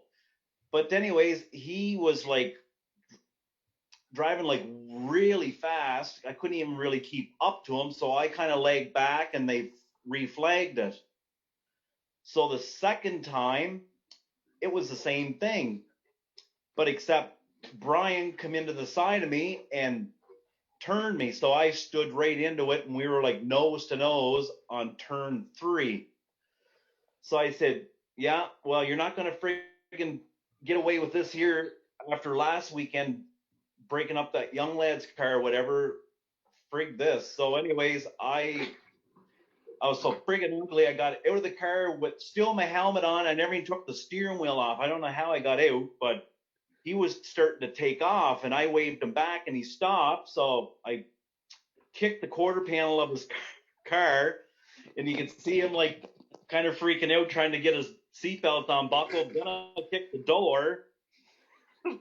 Then he comes out, and he's coming around, and I know he's a lefty. So anyways, he goes with the haymaker there, and I step back, and I come up and give him like an undercut there and start punching him on the roof. And then there's somebody grabs a hold of me, and here it was Art McLean breaking up the fight. So anyway, good times. Oh yeah, we shook hands later on or whatever there, but it is what it is. Just kind of a hot moment. Dylan, I've been throwing the questions at Zean for a while. Is there any questions coming from social media? I mean, I've just been sitting back listening. I mean, I've been getting a kick out of these, but David Cassidy led on to one of those questions. I think we got the answer. He's wondering, Zane, did you ever lose your temper over the years? Oh, a few times. Any other fight stories? Oh no, it got pretty heated up there a few times in Gary. Me and Bradley Logan there, it used to be pretty hot at times over there with him. And one night there with Kevin Moore there, yeah, he was a lap car, and I was in 3rd place with 20 laps to go in a 125, and he friggin' takes us out. So stuff like that, but it is what it is. And then Al Snell and Grove, another guy, had a few run-ins with him too. That's about it. A few of them. I guess. Are you able to calm yourself down once the race is over, once you pull into the pits and think, okay, it was on the track, I'm done? Or is it, no, I got to go say something to this guy? Or do you leave it all behind? Nah, I just leave it all behind. That's all we got right now for social media. Tim in Denver. Excellent. Be sure to drop a question or a comment. We got a couple of more minutes here with Zean Dutcher. And I kind of want to ask about something that Denver kind of alluded to, and it's the bomber division. You've seen this sport for decades in your own backyard and also throughout the province. How cool is it to see that bomber division at Miramichi take off? Yeah, no, it's great. I knew it'd be a real good choice because when it was introduced here, back when it was McKay Speedway, a bunch of us went to Caribou, Maine for a race, and that's where we were introduced to the bomber division. So right then and there, Wilford said, we're going to have a bomber class, and it was as good as it is now, and car counts just took off. It's affordable, right? There's a lot of people that want to race, but and it's affordable, so that's why it's going the way it's going. We kind of asked a couple of our guests before on this show as well. You've been involved in this sport for a while. If there was any race that you'd like to take part of, we talk of the 660 guys, the Ricky Bobby race has been big. Is there any race that you in the Maritimes would like to kind of, hey, I'd like to do this before I call it quits? Yeah, well, this is the thing I'm hoping there, like my third car, it's getting a lot closer. My old sportsman car, I got it back, and I'm going to run in street stock. So it just needs to be lettered, and the exhaust and a few more things to the body, and that's about it. So I'm hoping to take in a few races down here, the fall shootout, the Ricky Bobby, and then there's a big one in Petty. So I'm hoping to take that in too. That very best fall shootout has grown into its own, especially with that street stock division. How cool is it to see the Maritimes best coming to Miramichi in October and try to fight for that? I think it's 8 foot, 6 foot, whatever it is, tall trophy we got. Yeah, no, it's awesome. It's kind of reminds me back in the day there when we had the Brunswick 100 there in August, the long weekend in August there. All kinds of sportsman cars from all over would come to that there. It was a big event for us back then. So having this to take it over it's great. So if you won an 8 foot trophy, we asked the street stock guys back in October, if you won an 8 foot trophy, how do you get the thing home? Right now, it would be a real challenge, but hopefully later there. Anyways, I got 3 race cars. I'm getting ready. My truck and a 36-foot closed-in trailer. So it's easy at that point then, right? Yeah, exactly. But I'm not having, like, help is hard because most of my pit crew's racing against me now, right? You talked about the cars coming together. The 4-cylinder has come out of that shop the last couple of years. How cool is it to see a black car with a 55 on the side of it? Yeah, no, it's good. It's looking good there, and I'm glad to see. My son, he's likes it, and so this year we're gonna go down a few nights, and I think I'll let him get some seat time with the street stock for sure. Get him to try that out, just see what he thinks about that too. Maybe a little more of an incentive for him to look forward to a little more power and stuff. So for those that are kind of on the fence that, I want to go to Miramichi on the weekend, there's a figure 8 trailer race. There's all kinds of other things going on with the event that we have on Saturday. But give us a little sales pitch. Why should they come watch the Modified Tour on Saturday in Miramichi? Well, there's going to be some more modifieds there than like a couple weeks ago, and some of the local guys that are from here, and there's some that changed their colors and that. There's some nice looking cars, and then the battle for the points between some of these veteran guys, and then you got Travis there, the youngster, the mixing it up. So it should be a good show. So you mentioned your I'll get to you in a second, Denver, because I want to ask this question because, Zean, you mentioned the pit crews now racing. So if you have Chris Wilson or Steve on your front bumper on the last lap, do you move them for a win? Because Chris has been pretty hot in that street stock, and won a couple of modified races at Petty and 660. If push comes down to shove at the end, do you move the pit crew for the win? Probably. Just a little touch and go. But I'm sure we're going to get a comment from Chris on that. But Denver, what else do you got over there?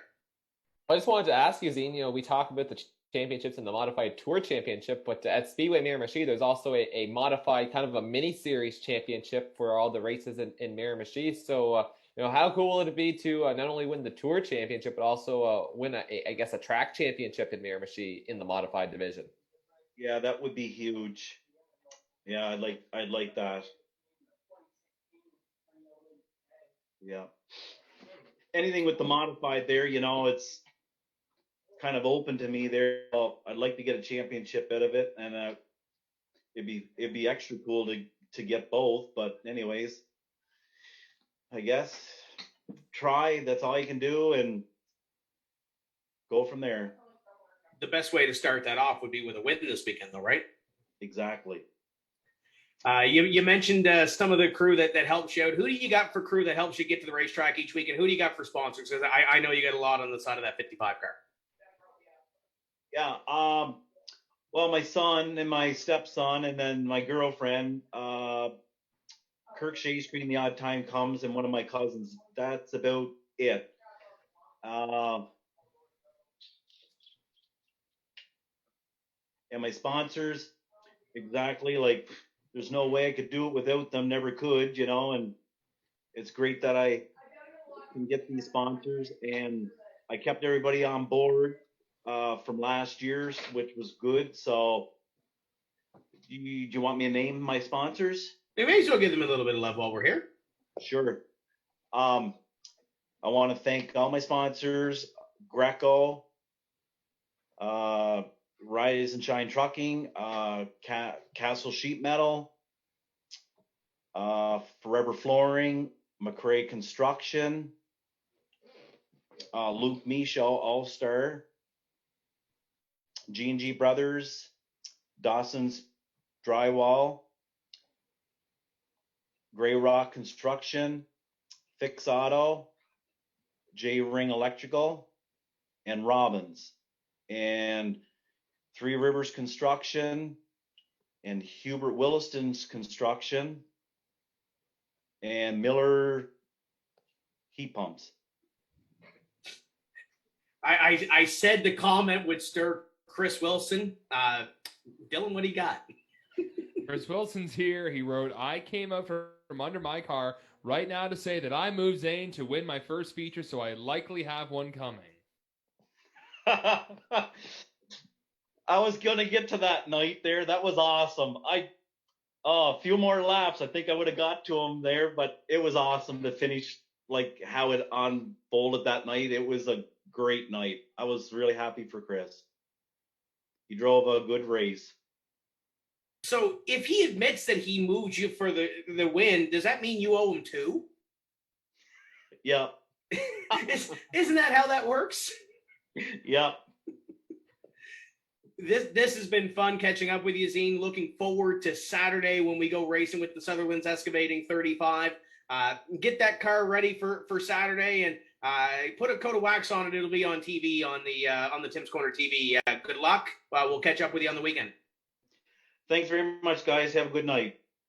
That's Zean Dutcher, driver of the number 55 in the Atlantic Modified Tour, and you can catch them coming up on Saturday on Tim's Corner TV. Let's talk fantasy points, because I know this is a soft spot for Dylan, because Dylan, we didn't get to race last week. You didn't get to make up any points. I know, and I still don't like the point system. I have 2 wins. How am I in third? It's the Halifax point system. You have to be consistent. There's no racing in Halifax yet. We shouldn't be using it. This is the closest thing we're going to get for the next couple of weeks to get used to it. You're sitting back in third. Denver's got 2 points on you. Denver, you've been consistent here in the 3 races we've had. Yeah, I make my picks. I like consistency. It's slow and steady. It's a long season. We saw that Kevin Harvick won a lot of races early last year in the NASCAR Cup Series season and did not win the championship. So Don't remind me. So we now have between Tim and Dylan, they're both pissed off. So, but yeah, it's a season-long championship, so consistency is key. This is going quickly. Where's Mark Kingston? Let's Brittany and Meredith are also here, but let's talk our picks for the week. Now, the graphic that we're going to show you does not have Denver's pick because Denver was tardy today. Denver, who do you got to win the Miramichi Bomber race, which is our race of the week? So, okay, we can say that I'm tardy. I was busy selling tickets today. Yeah. Is that what it is? We're selling lots of tickets. But yeah, so I see what everyone else has picked. And that's interesting selections. I am going to go with the driver. Tim, you say about, Mark Kingston won the last 2 points races. Timmy Blakely has won a race last year, and he is going to win another one, I believe, on Saturday. That is my pick. Car number 69, Timmy Blakely, is going to get me the points lead. Mr. Langell, who do you have for Saturday? I am going to pick the guy that helped me get on the track back in October, and that's Adam Blord in that Daniel Suarez car. And watching that race live on Tim's Corner TV, he looked real fast, but he got in that little wreck in the heat races, which kind of set him up for a hard day. He got on the podium towards the end, but you watch that number 11. Is he number 11? Either way, the Daniel Suarez machine is going to be charged into the field. He's going to be at the front of the field. I'm telling you. I'm playing point-wise now because I need to keep the point lead, unlike Dylan, who's going big and going home and falling to third in points every week. I've got Mark Kingston. It's hard to beat a guy that's won the last 2 point races. Even though with that the system where you have to do the points and come from the back and whatever else, still far and beyond the best car of the last 2 races. Brittany and Meredith aren't here on the call to defend themselves, but they did pick Jonathan Dixon. Brittany had said we love a good comeback. So that's where those two are. You can make your pick at timscorner.ca/fantasy picks. So you can go there. There's a Google form. You can fill that out. Every correct pick that you make this season will go into a draw at the end of the year. And we're going to make a draw for something. I got to talk to Keith McIntosh sometime this week. Can I win? Throw some wing. Well, you can. Can I win something from St. Louis? You could. Maybe we'll get you a pound of wings or something. You're not allowed. Are you allowed to go there after this week? I don't know. We the Hab fans are whining and crying after the loss, and I guess he was crying in his wings, and now he doesn't want this Leaf fans showing up. I don't know. Where are the Leafs? Oh, they're soaking up the sun.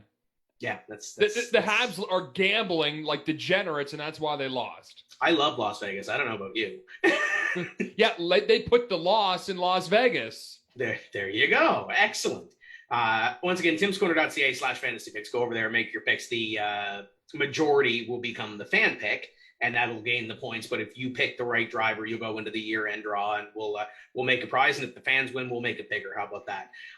But speaking of the Miramichi Bomber Division, our next guest here on the show is driver of the number 97 car. The last 2 races, point-wise, he has gone to victory lane. It's Mark Kingston. Mark, welcome to the show. Thanks for taking some time out tonight. Hey, guys. Thanks for having me. So I guess we'll start with that target. Is there any pressure, any target on your back after those 2 wins?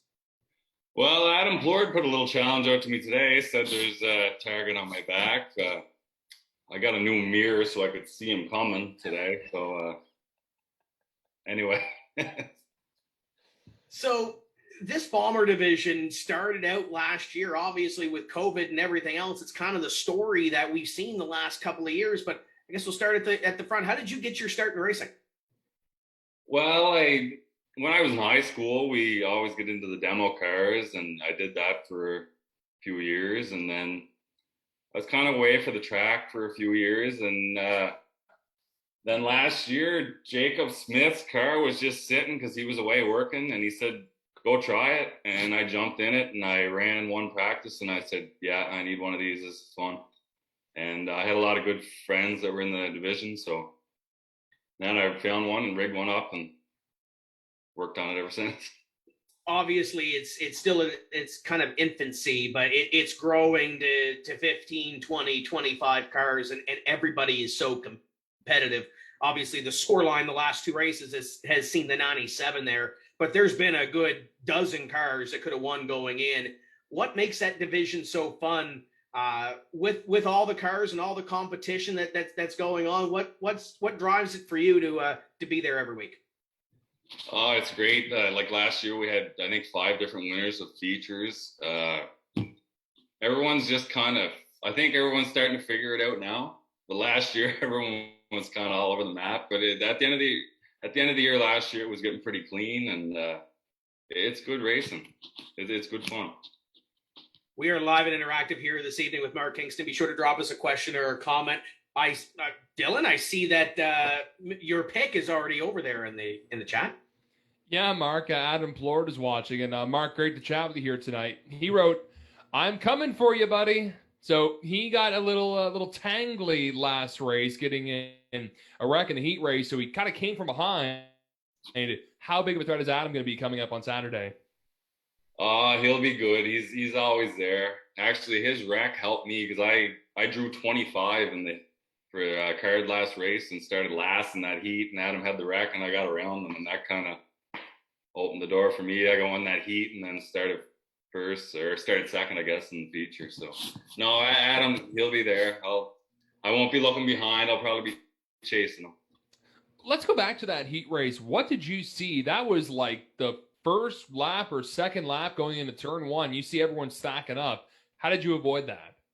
Yeah, I just happened to be on the outside, and I cut her to the wall, and it worked out. And everybody, I think I ended up third. Jonathan was right in front of me, and I got a good restart, and eventually got a lap traffic, and then ended up winning that heat. But yeah, I was lucky. I could have been all tore up there too.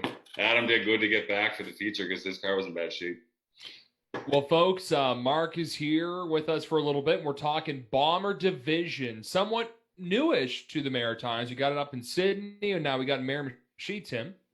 Yeah, and there's a little bit in Shediac as well. For those that might be watching on the Maritime Pro Stock Tour Facebook page, Mark, that are used to seeing a template-style super late model, for those that might not have seen the Bomber Division in Miramichi last year, what's the cars, what's the composition of the division, and how easy is it to get into one of these cars? Last year there was kind of a list of cars we could run, and then in the off season we had a rules meeting, and we basically made it now that we put a horsepower cap, 250 horsepower, and any front wheel drive 6-cylinder four-door car under 250 horsepower pretty well, and we're allowing Monte Carlos but yeah, there's a lot of options out there. It kind of reminds me of the start of the Scotia Speed World Truck Division back about 10 years ago, where everybody's excited to get going, the car count comes up, and it seems like you guys in the pits, the camaraderie in the pits is pretty good too. I know you guys 9 times out of 10 get along, right? Yeah, I know everybody tries to help out everybody. We're all running low budget teams, and we try to help out everybody. It's great. We had, I think, 17 cars last race. I think if I count right, it should be about 19 next ones. So, I mean, we're trying to get the car count up, and it seems to be working. So it's a brand new season. Obviously, with COVID, the other tracks in New Brunswick have either had a race lost or moved. You guys are still on schedule. You've had that 1 month break. So how much are you itching to get back to the racetrack on Saturday? Oh, I can't wait. I wish we could run every weekend, but no, it should be good. I see Petty's running Saturday, so might not see the street stock numbers up here, which I wish we would, but no, it should be good. We got the open wheels and the demo, of course. It should be wild and crazy. Now, longevity-wise, thinking big picture, are you going for that championship this year, seeing that you have the first place in points already? Well, I'd be crazy not to now, I guess. It's a pretty good start, but yeah, no, that was kind of my goal. I finished last year good, and I said if I keep her all in one piece, there's no reason why I shouldn't be able to challenge for it anyway. But there's a lot of good cars, so got to finish all the races. Now, you kind of hinted at the demo start to your career. Figure 8 trailer race coming up this weekend. What are your thoughts on that going in? And are you looking forward to watching it? And if you had the opportunity, would you be in it? Opportunity to be in it. If no, I wouldn't do it. I'm done that one now. But yeah, it should be entertaining. I really enjoy watching them. But no, last couple times I was out with the demo cars, I just didn't have the cojones I used to have. We are live and interactive. Be sure to drop a question or a comment. Denver, I know you're chomping at the bit. What do you got for Mark? Okay, well, first of all, Mark, I apologize in advance. Tim picked you to win, so that means that's an automatic black flag on Saturday. Tim forgot that I control the flags, so I need to get ahead. We got to play some games here, so I'm going to come out with the points. So, well, hold on. So you're black flagging everybody but Timmy, right? Is that Correct. what you're going on? Okay. Correct. 10-4. Yeah. Yes. So it's on the record now. But anyways, let's flash back to May a little bit. First of all, we talked about that heat race, but I think it's kind of overlooked. Your pass for the lead in that heat race. You know, there was a lap car involved, but you were like almost in the wall in turns 1 and 2. No one usually goes up to that outside line in any type of car, but you were high, wide, and handsome to get the lead. What was it like? Yeah, Kevin Cowan was in front of me. He was really loose the whole race, and I was having brake problems that whole day, so I couldn't really run it that hard, and Jonathan was on my outside, so I was just in my head was thinking, he's either going to spin out or something. So I seen a lap car coming. I said, okay. I looked, Jonathan was gone. I said, this is my only shot. And I just went, and I knew he was going to get boxed in, and I cut the wheel, and she held, and I think it was the second last lap or whatever. And yeah, no, but I got pretty high there. That was one of the, I would say, and I didn't realize that at the time, but I was going back rewatching the replays, and it's like, oh my God, that was one of the wildest moves. But you made it work, and it really catapulted you to the feature win that day. But you know, 2 feature wins, the first driver to win 2 races in the bomber class. How's that piece of history feel? It feels great. First time at the track last year, the car wasn't very good. Learned a lot about setup, which I didn't really have a clue about until we started playing around, and did a lot of reading this winter and tried some things, and so far so good. But yeah, no, it's the car was working good last race. I got a little more brakes, so hopefully that helps me Saturday. So there's lots to talk about that last race, but your first win that came last year in the fall shootout on a big stage, that's the biggest day of the year at Speedway Miramichi. There's people from all over the Maritimes for the very best fall shootout, and you put on quite a show. You had some challenges from Timmy Blakely and Jonathan Dixon and Casey Munn, but you secured the win. What do you remember from that big first win? I just remember I drew first, I think, and I was really nervous because I never started on the pole in my life, and except for like a backup race or something. But yeah, I was nervous, and I just held the bottom the whole race, and I just said, well, they can't go by me on the inside, so that's all I'm going to do, just hold the bottom. And ended up winning that heat, and then I think I started second in the feature. I think that's how it went. And yeah, I jumped out, got the lead, and Timmy raced me side by side for, I think, 12, 13 laps or something, and I think he started overheating, and then there was a couple cautions, but I was able to hold on. But yeah, that was my first feature win, so it was pretty cool, really cool. So looking to this Saturday, as Tim alluded, so being the most recent feature winner, that means you have to start at the back for this race on Saturday. It has been done before. Timmy Blakely started at the back for the last call race last October and found his way to victory lane. What's it going to take for you to come from shotgun in the field? Stay out of trouble, I would say. Gonna have to try to make some passes on the outside. I think that's yeah. If you can pass on the outside, I think that's what Timmy had figured out that race was passing on the outside and stay out of trouble. Looking ahead, we've talked points, but there's a pair of big races on the schedule, and the first one is coming up, the race after the Day of Eights on July 10th. Firecracker 50. You know, that's the name of an old sportsman race. It's kind of being reinvented as a bomber race at Speedway Miramichi. What do you think when you hear Firecracker 50 for the bomber division? I think that's 15 more laps. I got to save my tires, really. But no, the car's set up all right now. I think we just have to be patient and put some good rubber on the front of it and stay out of trouble and try to get out to a lead. If you can get out to a lead, that's the key. But if you got to come up through her, that's when you burn your tires up. So, after the year's all done, as if 50 laps wasn't enough, we're going to throw a 100-lap endurance race at you for the last call in October this year. No points, no nothing. It's just one last race to go, have some fun, and try to survive for 100 laps. What's it going to take that day other than saving your tires for a long race like that? A hope and a prayer, I would say. No, same thing. We're just going to have to be patient, but it should be fun. That's going to be an interesting race. We're not going to run any yellow flags or anything, I don't think. So if we got to change tires, we'll have to go in and come out. It should be fun. We might give you the halfway breakout. We're still working on the details for that. But the sportsman guys come on here and complain that they can do live pit stops on a 200-lap race.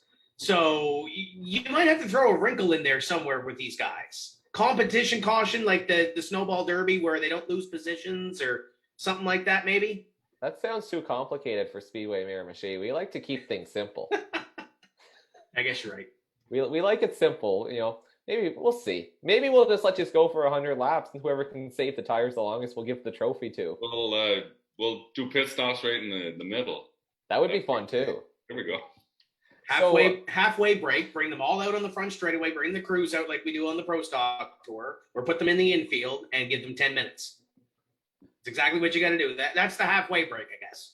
Would 10 minutes be enough for some of the pit crew members, Mark? They're not really, I wouldn't say most of them are experienced in making fast pit stops. Well, when you talk about pit crew members, that's me, so I'd have to get out and change my tires.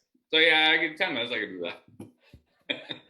So how are you going to get the tires on the track? You have to keep them in the car, and then, that's going to weigh you down. And then we never worked out the logistics yet. Well, maybe we make that a trailer race. You haul your 4 tires around till halfway and then change your tires and drop the trailer off. Yeah, that could work. Back to seriousness, Bomber class is in Miramichi. Shediak's got a couple races scheduled, but is there any other tracks you would like to personally try with your bomber car, or are you comfortable just sticking with Speedway Miramichi? I'd like to try it if we could get the guys to go. Like if Petty could do something, I'd try Shediak. I just wouldn't want to go alone, as long as a few guys would go and we kind of were on the same page with the rules and stuff. Yeah.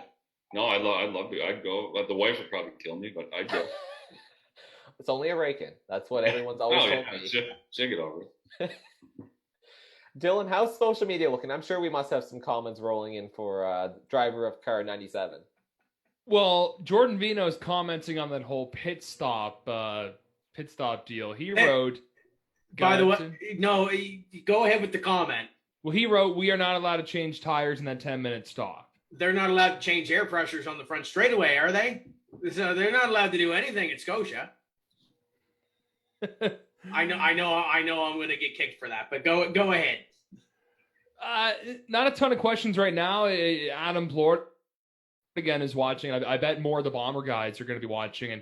And Mark, for the times that I was up there, that was such a fun class to watch. And even on the video when you were battling for the win and just how intense even the heat races were getting too. Do you put a lot of effort in the heat races, or is it just 100% the entire way, maybe 110 in the feature? You kind of got to pick your spots. If you got a chance to win, you got to try to win the heat, because that's if you can get out front in the feature, that's the answer. But yeah, you're not going to junk your car in the heat. But yeah, I try to win every time I go out there. Got to ask as well, are you a Kurt Busch fan? I'm assuming you have to be if you're picking like the 2003 Rubbermaid scheme. I am, yeah, and I think you're the only one that ever noticed that was the paint scheme. So nice, congratulations on that, because it doesn't have the Rubbermaid on it, but it is the colors. Yeah, I was always a Kurt Busch fan, and yeah, that's where that came from. So it for next year, maybe later this year, heaven forbid, if something happened to the car, what would the next Kurt Busch paint scheme be? Oh, I don't know. He had some little Tykes ones and stuff back. I'd have to go through the archives there, but I always liked the Rubbermaid one. He won the championship with that. He should do he should do Kurt's version of the Ricky Bobby at Talladega me car. Put the Cougar on the front of the car. We'll see. Hopefully, I don't have to paint it again anytime soon. That's all we got for now, Tim. Now looking forward, and you kind of mentioned that the wife might kill you, but let's look forward here. Do you see yourself moving up a division, maybe 5-10 years down the road? Getting your feet underneath you with this racing thing. Yeah, I would love to. I'd love to run street stock, to tell you the truth. That would be my goal. But I don't know. We'll see what happens here in next couple of years. See what happens. But I'd love to get into street stock. I guess the next question: where do you see this bomber division going? Obviously, we've had a 2-year kind of sample size of what it's grown into. Where do you see this bomber division going in the next 2, 4, 6 years on down the road? Well, I think it started with 6 or 7 last year, and last race we had 17. I think there's about 20 cars out there if everybody comes, so it's in good shape, I would say. I don't see why we wouldn't have 22, 23 cars by the end of the year this year, the way it's going. It's great. For those fans that are watching here on Tim's Corner Live and maybe are still locked in Nova Scotia or PEI with the border restrictions and want to watch some racing on Saturday, why should they grab the pay-per-view and watch with us on Saturday? Or if they're in the province of New Brunswick, why should they be heading to Speedway Miramichi on the weekend? Well, weather's supposed to be nice. It's a 4:00 start, I believe. It's going to be we got bomber, 4-cylinder, hopefully a few street stocks. We got the open wheel, and then the trailer race, which we've never seen in the Maritimes before, I don't think. So it should be a fun day. Real good day. By the way, Dylan, I believe you have one more comment over there. Yeah. It's Jessica Kingston wrote street stock.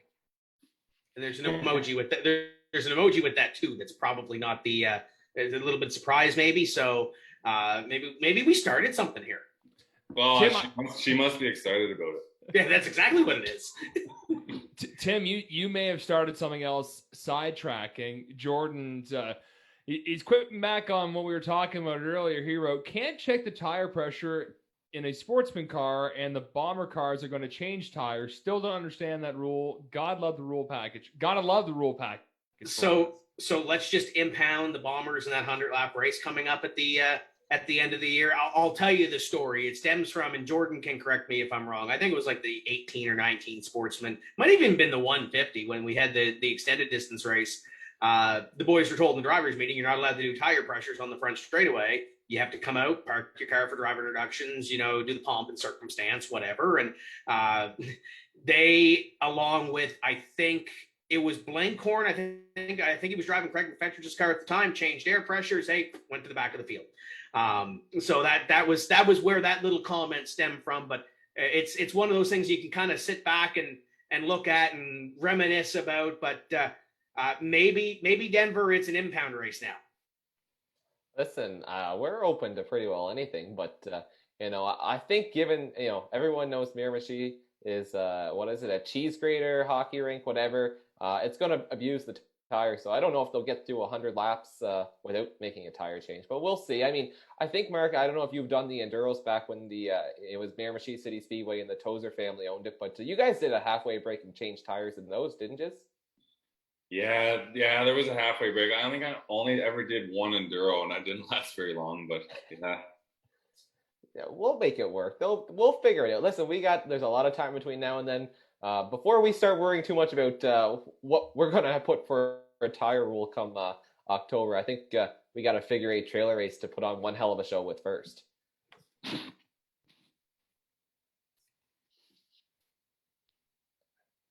Yeah, looking forward. It's going to be a big night coming up on a Saturday. So if you are in the province in New Brunswick, you're going to want to head to Speedway Miramichi. If you can't make it, maybe you are at Petty International Raceway for the Pro Stock race.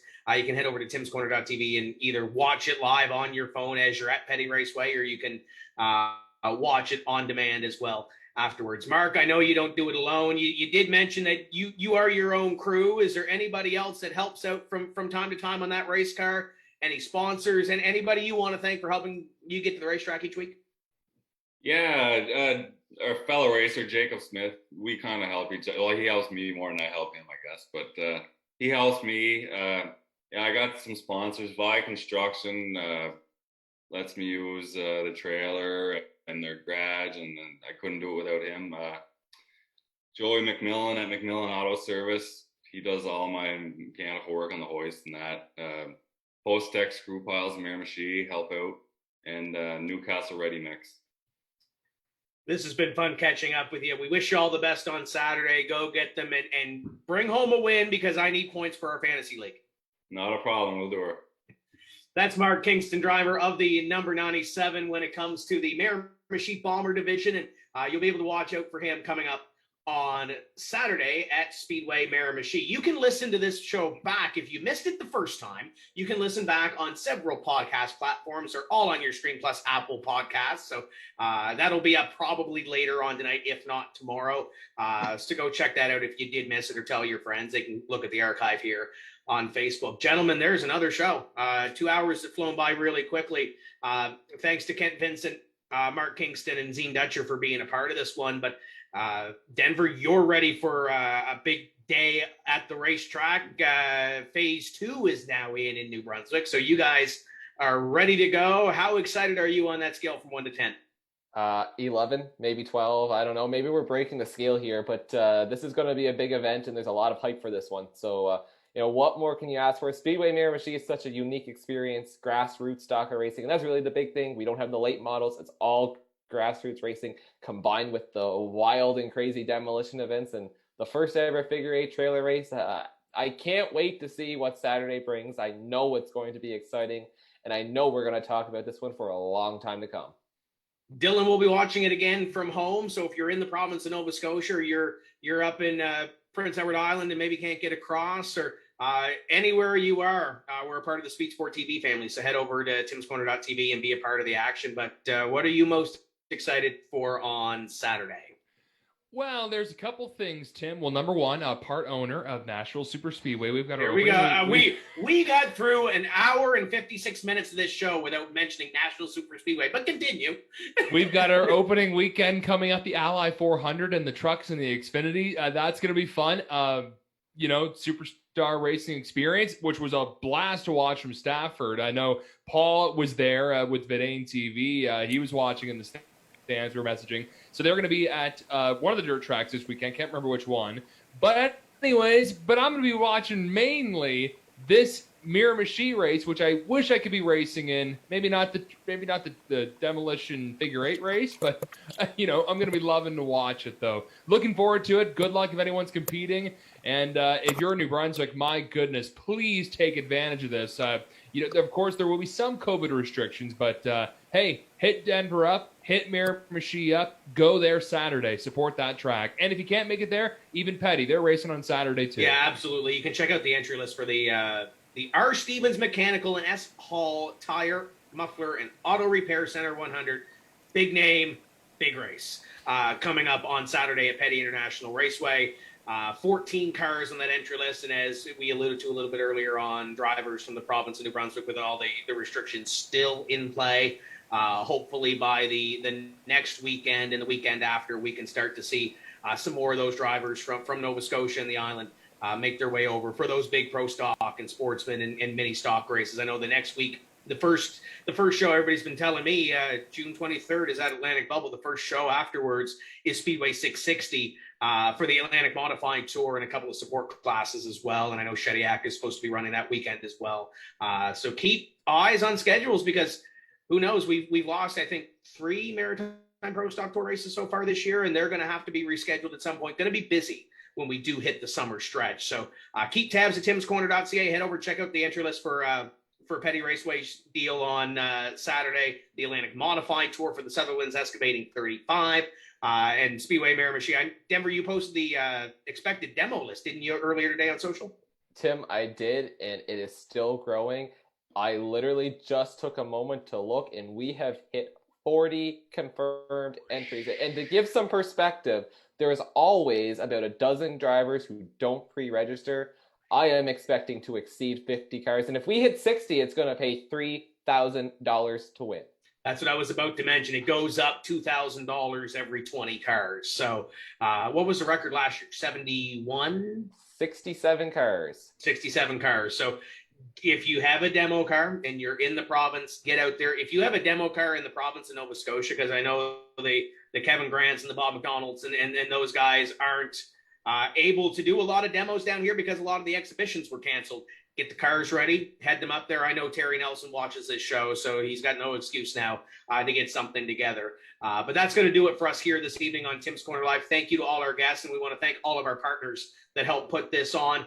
We do have some of the KCP 10th anniversary Tim's Corner Motorsports decals available at Miramichi on Saturday. And guess what? We may have some shirts coming up from LJ Designs as well. Still working on the final couple of end game on that one, but if not, they will be available once that bubble opens at Speedway 660 coming up next week. St. Louis Bar and Grill, EIT Race Radios. I know they were big for you guys this week too, Denver.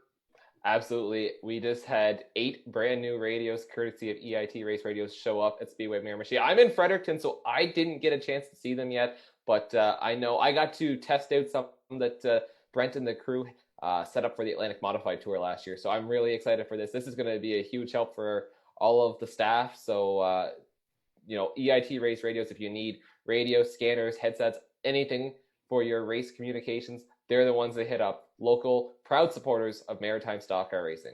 I called Barry yesterday, and he was a kid in a candy store because he got new toys. So I'm excited to see what he's learned from playing with the radios as well. And a big thank you to Greg Dow and PPM Incorporated in Sydney Speedway. I know they're hooking us up as well in the next couple of weeks to try to get some of the extra broadcast kind of tools and toys that we kind of need to do this 2 cruise shoot that we're doing, because all our Nova Scotia stuff is still sitting down here. Denver, you've been instrumental in doing what we've done the first couple of weeks up at Miramichi 660 and Petty. So me and Greg have been kind of talking in the background, and you'll be able to see and hear some of that stuff coming up as well. So big thanks to PPM Incorporated and Sydney Speedway on that one as well. You can see all the partners on our screen. Thank you for being a part of this deal, and we're looking forward to Saturday at Speedway Miramichi and the rest of this season as the Atlantic Bubble opens. Gentlemen, thank you for this. We'll reconvene next Wednesday, and we'll chat about Petty, and we'll chat about the Speedway Miramichi show and preview what is to come